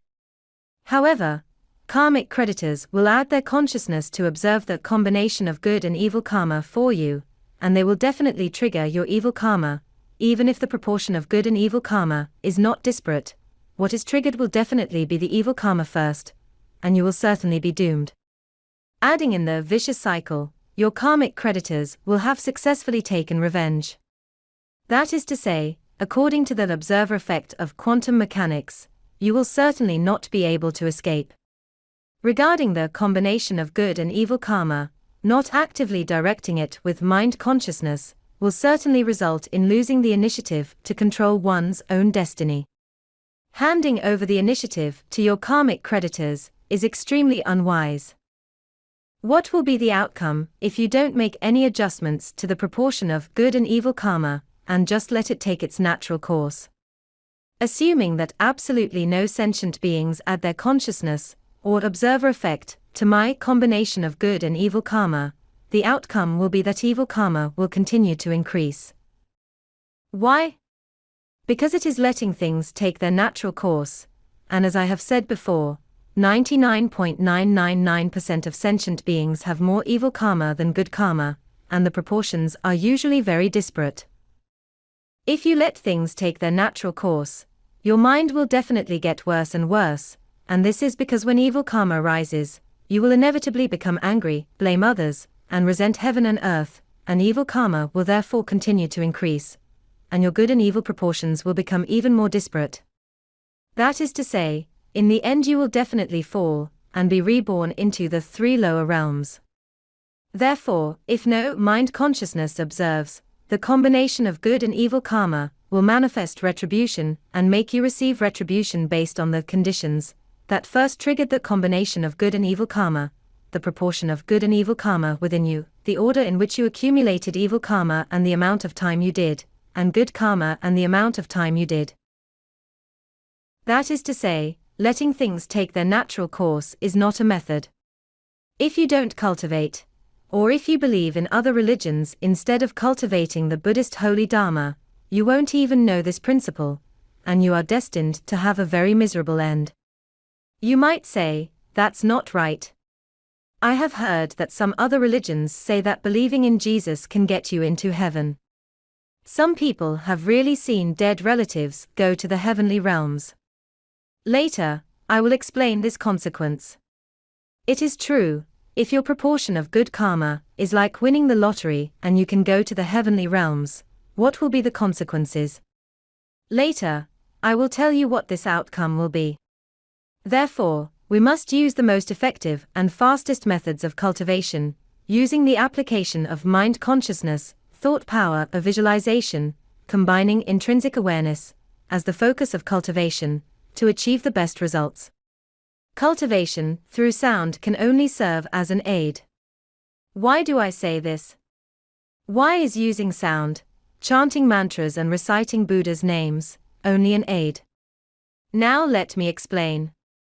You also know that after a person dies, special Dharma practices will be performed for them, such as the practice of Dharma for the deceased, and the purpose is to hope to add the observer effect of consciousness, to guide the good karma in our combination of good and evil karma to take effect.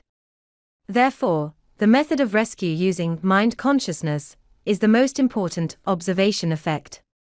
Observation is done with mind consciousness, not with sound. And sound can only serve as an aid. For example, our practice of the 100 peaceful and wrathful deities uses the power of visualization to invite the 100 peaceful and wrathful deities, more than 100 Buddhas and Bodhisattvas to come, to help us trigger good karma in a 360-degree manner, and its power is very strong. Apparently, there are effectiveness and classifications of Dharma practices for the deceased. What are the main effects of these Dharma practices for the deceased?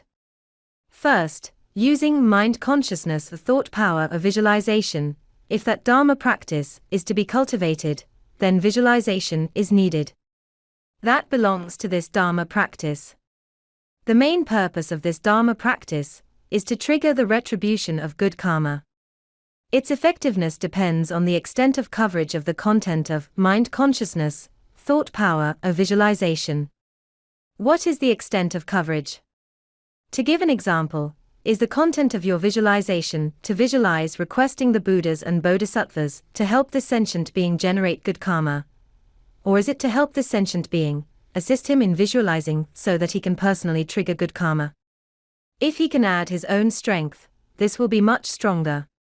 This is not an external force, it is not indirect.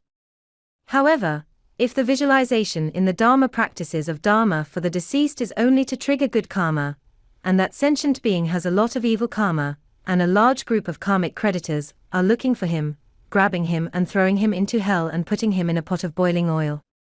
In this situation, how can you help him? In your visualization cultivation practice, does it include that in case he has already fallen into hell and been put into a pot of boiling oil, you will rescue him from the pot, and then rescue him from hell.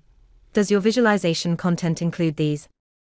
And if that deceased person has been rescued from hell by you, but still has a lot of evil karma, and falls into the hungry ghost realm, can you definitely be able to rescue him from the hungry ghost realm? This is the second level. Then comes the third level. After being rescued from the hungry ghost realm, he instantly falls into the animal realm. Can you definitely be able to rescue him from the animal realm? Or does it include, before he has even fallen into the animal realm, you have already rescued him, avoiding falling into the animal realm? Why? Because, if he has become an animal, you will have to kill that animal to rescue its mind consciousness. This is not possible. You need to know that you are a practitioner, you can't do that. There cannot be such a thing in your visualization cultivation practice. That is to say, to what extent does your cultivation practice cover? Is it 360 degrees? For example, in which direction does the mind consciousness of the deceased person drift? Which degree? In his location, are there any relevant Buddhas and Bodhisattvas that can help him? Among the Buddhas and Bodhisattvas you have invited, does it cover within this range? Is it included in your visualization content? The 100 peaceful and wrathful deities will definitely be able to do it in a 360-degree manner. Most other cultivation practices are not. That is to say, what does the content of your Dharma practice for the deceased, the content of the visualization cultivation practice that your guru cultivates and teaches, include? This is very important. Also, what are the reactions of the deceased person's mind consciousness and his good karma? You have also heard the story I told of Empress She turning into a large python. Why did she turn into a large python? Because when she died, she suddenly gave rise to evil thoughts and instantly turned into a large python. Okay. Now you are cultivating the Dharma practice for the deceased to help the deceased. If his mind consciousness has very strong anger and resentment, do you have an inclusion in the mind consciousness to take care of him, so that he does not instantly be reborn into the animal realm? Once he has become an animal, he cannot be saved, you have to wait for it to die first. Also, how much good karma does the deceased person have? Okay. Suppose you have invited the Buddhas and Bodhisattvas to come, but after checking, there is only 1% good karma, and is activating this 1% of good karma enough to support him in leading him away from the hell realm? Would it need 2% to be enough to lead him away? These are all decisive factors. Therefore, in the rituals of Dharma for the deceased, I stipulate that all participating believers and disciples must offer lamps and perform smoke offerings. Why? If the deceased person's good karma is too little, you must make up for it. If you want to pull him out of the pot of boiling oil, and not let him fall into the pot, you need at least a little more good causes. Assuming that in his combination of good and evil karma, there is only very little, less than 1% good karma, offering lamps and performing smoke offerings can immediately plant a little bit of it back, so that he can escape the suffering of being fried. Therefore, it is necessary to do the offering of lamps and the smoke offering immediately, right on the spot, in the ritual of Dharma, in which the Guru is cultivating for your own good. In this way, there will immediately be good causes available for use, and the Guru can immediately pull him out of the pot of boiling oil. As for whether he can upgrade from hell to the hungry ghost realm, and then upgrade to the animal realm, and then upgrade to the human realm, this is a matter for later. Besides depending on how much good karma there are many other factors as well. Therefore, there are high and low levels in the cultivation of the Dharma practice for the deceased. If many procedures are missing in the content of your ritual visualization, the rescue will stop midway. Some Dharma practices for the deceased are very simple, just like the inviting of guests for a meal. Those hungry ghosts who have nothing to eat in hell, give them a meal. They cannot find food in the animal realm, so give them a meal. Did you know? These practices of Dharma for the deceased only help them to eat a meal. They don't provide the rescue of avoiding the pot of boiling oil, escaping from hell, etc., which I mentioned earlier. That is to say, it all depends on the content of your Dharma practice for the deceased. Okay. The second type is to use sound, chanting mantras, reciting sutras, and reciting Buddha's names to increase the good karma of the deceased, and this belongs to trying to adjust the proportion of good and evil in the combination of good and evil karma, dealing with it in terms of proportions, rather than directly using the observer effect of consciousness, to immediately trigger the generation of good karma.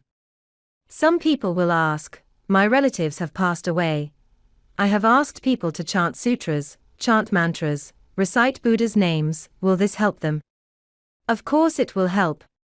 It will definitely help. It's just that, the effect and extent will be very different. You need to know, chanting sutras, chanting mantras, and reciting sutras all have virtuous merits, and when the deceased hear the sutras, mantras, and Buddha's names, their hearts will calm down and they won't be so flustered. Without so much panic, it won't be so easy to trigger evil karma. Is that right? At least he will be a little calmer, and if he knows how to recite a few more sentences of Buddha's name, this can accumulate a little more good karma.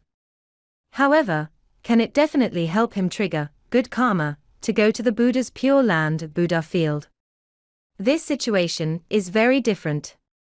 Why? To give an example, a person has asthma, and when he has an attack, you keep chanting sutras, chanting mantras, reciting Buddha's names beside him, telling him to relax, telling him that relaxing can alleviate the asthma. Do you think you can stop his asthma? Of course not. To stop his asthma, he needs to call emergency 999, or immediately drive over to the doctor, or immediately give him medicine to stop the asthma. This is prescribed the right medicine for the right disease, and it can save him. If a sentient being has evil karma about to arise, and all the karmic creditors are waiting for him, and he is on his way to the evil realms, and you are still asking me, is it okay to just chant sutras, chant mantras, recite Buddha's names? I would of course say, it's okay. It can always calm him down a bit. However, can it stop the asthma? Can it help him not fall into the evil realms? You must directly use the observer effect of consciousness, go to his combination of good and evil karma, and use your ability to prescribe the right medicine for the right disease to pull out his good karma, to help him. Only then can you stop his asthma. Do you understand? The metaphor I am using now is to tell you, if you ask me, is it useful? I will definitely answer, it will definitely be useful. However, the extent of usefulness will definitely not be comparable to the help that cultivating a luminosity practice of Dharma for the deceased can provide him. Which should you do? Use the effect of observer consciousness, cultivating the Dharma to successfully, in this very life, in this very body, be reborn into a Buddha's Pure Land, a Buddha field, or choose to immediately attain Buddhahood. Both of these are things that can be done, in this very life, in this very body. However, the effort used and the results obtained are very different. Which should you focus on more? You must remember, rebirth into a Buddha's Pure Land, a Buddha field, will make the proportion occupied by good karma immediately shrink a lot. Remember these words: shrink a lot immediately. It is immediately, it is shrinking a lot, it is not shrinking a little bit. Originally the proportion was 10 to 90. You have 10% good karma. Suppose the Dharma you are cultivating now is very powerful, and finally triggers good karma, and you go to the Buddha's Pure Land, your proportion will immediately become 99 to 1, only 1% is good karma. Huh. So powerful. So much has been used up. That's right. You really have to use that much to get to the Buddha's Pure Land, a Buddha field. Why is it so powerful? Why do I shrink to this extent immediately? Because you have gone to the Buddha's Pure Land, Buddha field, immediately, you have gone, in this very life, in this very body, and this is what has been used up immediately. Therefore, it has shrunk immediately. Okay.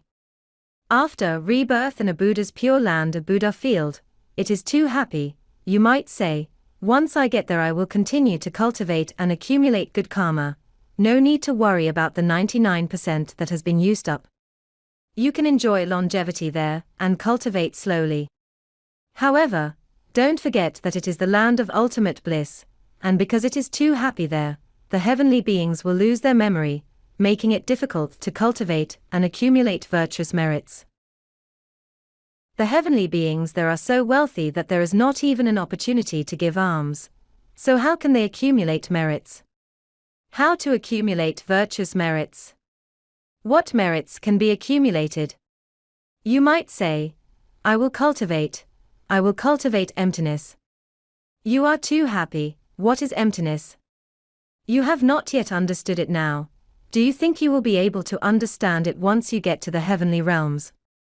You might say, that's not right. The Buddhas there will preach the Dharma, and he will bless me. Is blessing you useful? You need enough blessed fortune to begin with. You only have 1% left. You need to understand, when you only have 1% of good karma left, and it is very difficult to accumulate more, the ending will be very miserable. You might also say, that's not right. My lifespan is very long. I can slowly cultivate and slowly accumulate. You need to know that time in the Buddhist holy Dharma is nothing, it is no time. The so-called length of time is only a comparative illusion. To give an example, you are now in the human realm with a few decades of life. When you were young, you felt that it would take a long time to grow up, and there was still a lot of time left, and you were still very young, and there was no need to rush. But when you get old, looking back on the past, you feel that time has passed too quickly. In the blink of an eye, you are already several decades old. You might think that the heavenly realms are different. You are wrong. It is the same. One day in the heavenly realms may be a very long time in the human realm. So you might feel that since you enjoy longevity in the heavenly realms, compared to the human realm, wouldn't you have an even longer lifespan? Actually, it is not like that. When you are in the heavenly realms, because it is very happy there, time passes very quickly. Only pain makes you feel that time is long. When you are very happy, time passes very quickly, and actually it is the same as in the human realm. In the blink of an eye you have to face death. In fact, during the time that you are a heavenly being, you are unable to accumulate blessed fortune. Nagarjuna Bodhisattva once taught, Brahma, the heavenly beings in the Brahma heaven are already very high. It is a high-level heavenly realm, you are very happy, but it will become the firewood for your ceaseless fires, one that suffers in hell for you, adding firepower for your own endless suffering in the future. What is Brahma? Brahma is a high-level heavenly realm. The desire realm has 6 heavens, belonging to the low-level heavenly realms. The form realm belongs to the high-level heavenly realms.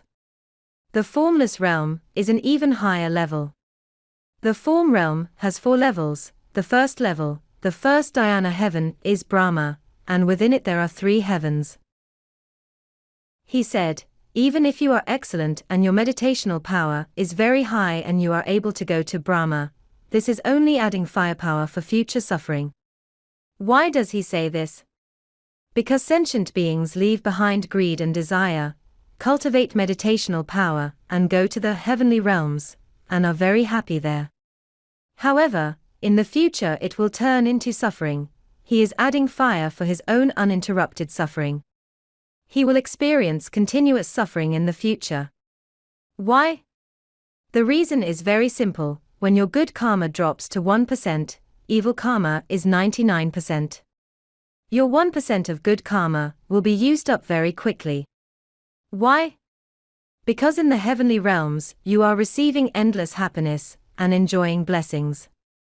When it is all used up, and there is no good karma left, you will definitely fall. When it is all used up, your good karma is 0% and evil karma is 100%. In this way, you will experience continuous suffering. Therefore, Nagarjuna Bodhisattva said, going to the heavenly realms to enjoy blessings is the same as quickly using up all your savings and looking for death sooner. That is to say, you are adding burning firepower for yourself, accelerating the fall into hell to be put into a pot of boiling oil. Apparently, going to the heavenly realms is an accelerator of suffering. On the contrary, going to the human realm is better. Why? Because the human realm is a mixture of suffering and happiness, which is already the easiest place to cultivate and the easiest place to accumulate merits, even though it is not as happy as the land of ultimate bliss. You might say, the land of ultimate bliss has Buddhas and Bodhisattvas to protect you. Lord Buddha Shakyamuni still had to endure the 10 great retributions, even after attaining Buddhahood. Don't forget, karma is inconceivable. The Buddha cannot allow you to avoid receiving retribution. Be more alert. Believe in what the scriptures say. Okay. Doesn't the answer just speak for itself? If you were given a choice between two things, which is better, rebirth in a Buddha's pure land, Buddha field in this very life, or attaining Buddhahood immediately? Of course, attaining Buddhahood is better. Because attaining Buddhahood is thorough and ultimate. There is another question: is it possible to have both? This depends on the teachings of the Guru. For example, the refuge tree of the Dudjam Tirsar lineage, that I am now teaching to my disciples, and different Gurus have different teachings on it. What I teach is very different from what is taught outside. There is a lot more to what I teach. Just the 5 steps combined with mind training and Dharma practice are already very powerful. It is not available in the general public. Therefore, what I am now teaching is that both can be done, which is different from others. Some practitioners, in order to attack the cultivation methods of mind consciousness, the thought power of visualization, are making random criticisms on the internet. I have recently seen that they are strongly scolding, saying that visualization is not effective, and that only their recitation of Buddha's names is useful. These criticisms will plant extremely great evil karma, and the power of karma is so great that I cannot describe it. Because they are obliterating the path for many sentient beings to quickly, in this very life, or in this very body, be reborn into a Buddha's pure land, or attain Buddhahood, these people will plant extremely huge and difficult to wash away evil karma, and the future retribution will be very miserable. Therefore, I would like to urge these people not to continue making random criticisms, or writing random articles on the internet. What they write is quite terrible, and there is no need for me to repeat it here. Their behavior is extremely unwise, and it is also an anti-intellectual behavior. We are currently using scientific explanations, explaining what the observer effect is.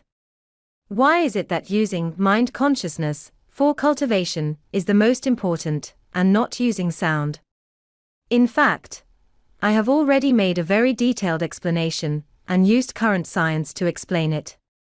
If they still don't understand, and they harm other sentient beings to protect their own denomination, then the evil karma they are creating is really too heavy.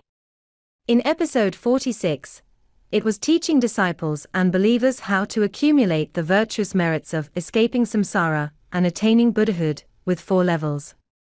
In episode 47, 4 key points were mentioned, and I have said them again just now, and these are all to help sentient beings be successful in their cultivation. In this episode, episode 48, I have talked about causes and effects, and how to use visualization with forms, and visualization without forms. What are causes and effects like? It is to pass through a rule, a regulation unique to the Dudjam Buddhist Association. I require disciples to be sure to participate in the rituals of Dharma, and also be sure to offer lamps. This can allow the disciples to accumulate immeasurable virtuous merits. In the future, they will be able to cultivate the luminosity method more easily, and this is why they are required to do so for their own good. Of course, it is best to do it voluntarily, Things that are forced are never the best, and there is always a slight difference. This depends on the generosity of the disciples' minds to determine their merits. As for these two, with forms, and without forms, it depends on how much good causes and merits the disciples have planted to determine how much of them I will teach to them.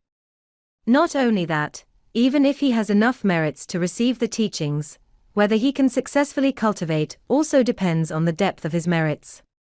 Why? It is the law of causes and effects. You need to have enough merits to successfully cultivate that Dharma. This is the law of causes and effects, it cannot be deceived. I also have some disciples who try to deceive me. I have required the disciples to assist with the affairs of the association, doing some computer input work, and after the input is completed, they will report it by email to let me know how much merit they have planted.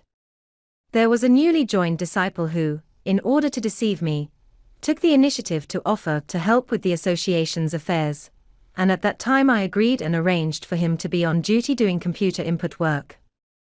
Each time he would also submit a report, showing that he had completed the work perfectly.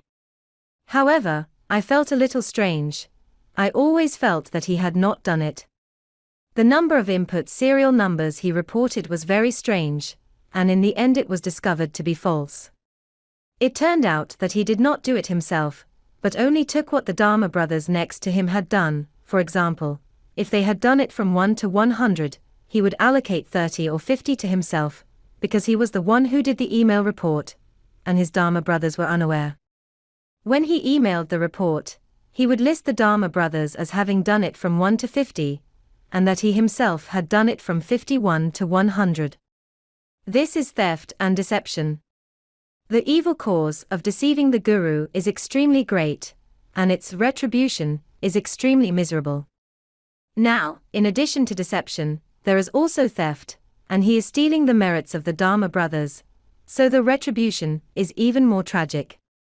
These are called deception.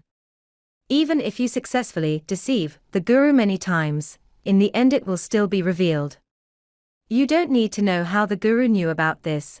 Doesn't the Guru know about it now? Furthermore, even if the Guru is deceived, and thinks that you have merits and transmits the Dharma to you, in the end you will not be successful in your cultivation. This is the law of causes and effects. Why do you want to study the Buddhist holy Dharma, but also violate the law of causes and effects? Either you don't believe in the Buddhist holy Dharma, don't cultivate, but if you believe in the Buddhist holy Dharma and cultivate, and the Guru is so strictly requiring you to observe the precepts, then you must obey. Remember, don't commit it again. I'll stop here for today. From episode 36 onwards, there will only be Cantonese Chinese subtitles, traditional and simplified versions, and there will be no more Mandarin dubbing versions. The new videos uploaded to YouTube in the future will have to wait for 1-2 months at the earliest before subtitles will be available. For the old videos that don't have Mandarin versions yet, I am currently working hard to process them, and as for when the subtitles will be added, please wait a moment. That is, episodes 1 to 35 of the Compassion and Bodhicitta series will all have Mandarin versions, but from episode 36 onwards, all versions will no longer have Mandarin versions, only subtitle versions. Please pay attention to this arrangement. That is, for videos that have already been uploaded to YouTube, please check if there are subtitles, and if so, you can choose to watch them. If there are still none, it means they are still being processed. Okay. Let's make a summary. Regardless of whether you cultivate the methods of Hinayana, Mahayana, or Vajrayana, you must pay attention to the word balance. Never deviate into unbalanced methods of cultivation. True intrinsic awareness is, first, being aware of whether all actions of body, speech, and mind conform to the Buddhist holy Dharma's cultivation definitions of precepts, right view and right knowledge, balance, the middle way. You must raise your intrinsic awareness to be aware of what was just mentioned. Second, being aware of the transformation process of mind consciousness. Through the 5 steps of the mind training procedure, transform the 8 consciousnesses into the 5 wisdoms.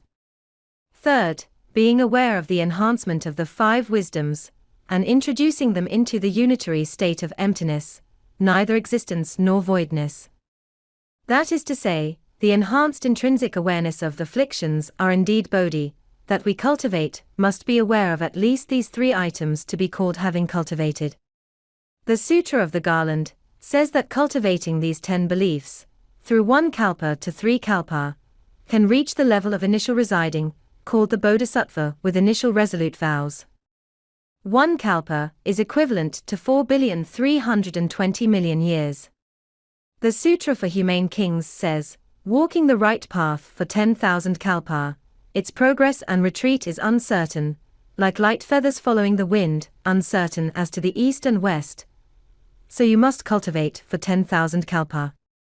The Treatise on the Awakening of Faith says that through 10,000 kalpa of cultivating these 10 beliefs, one can obtain accomplishment.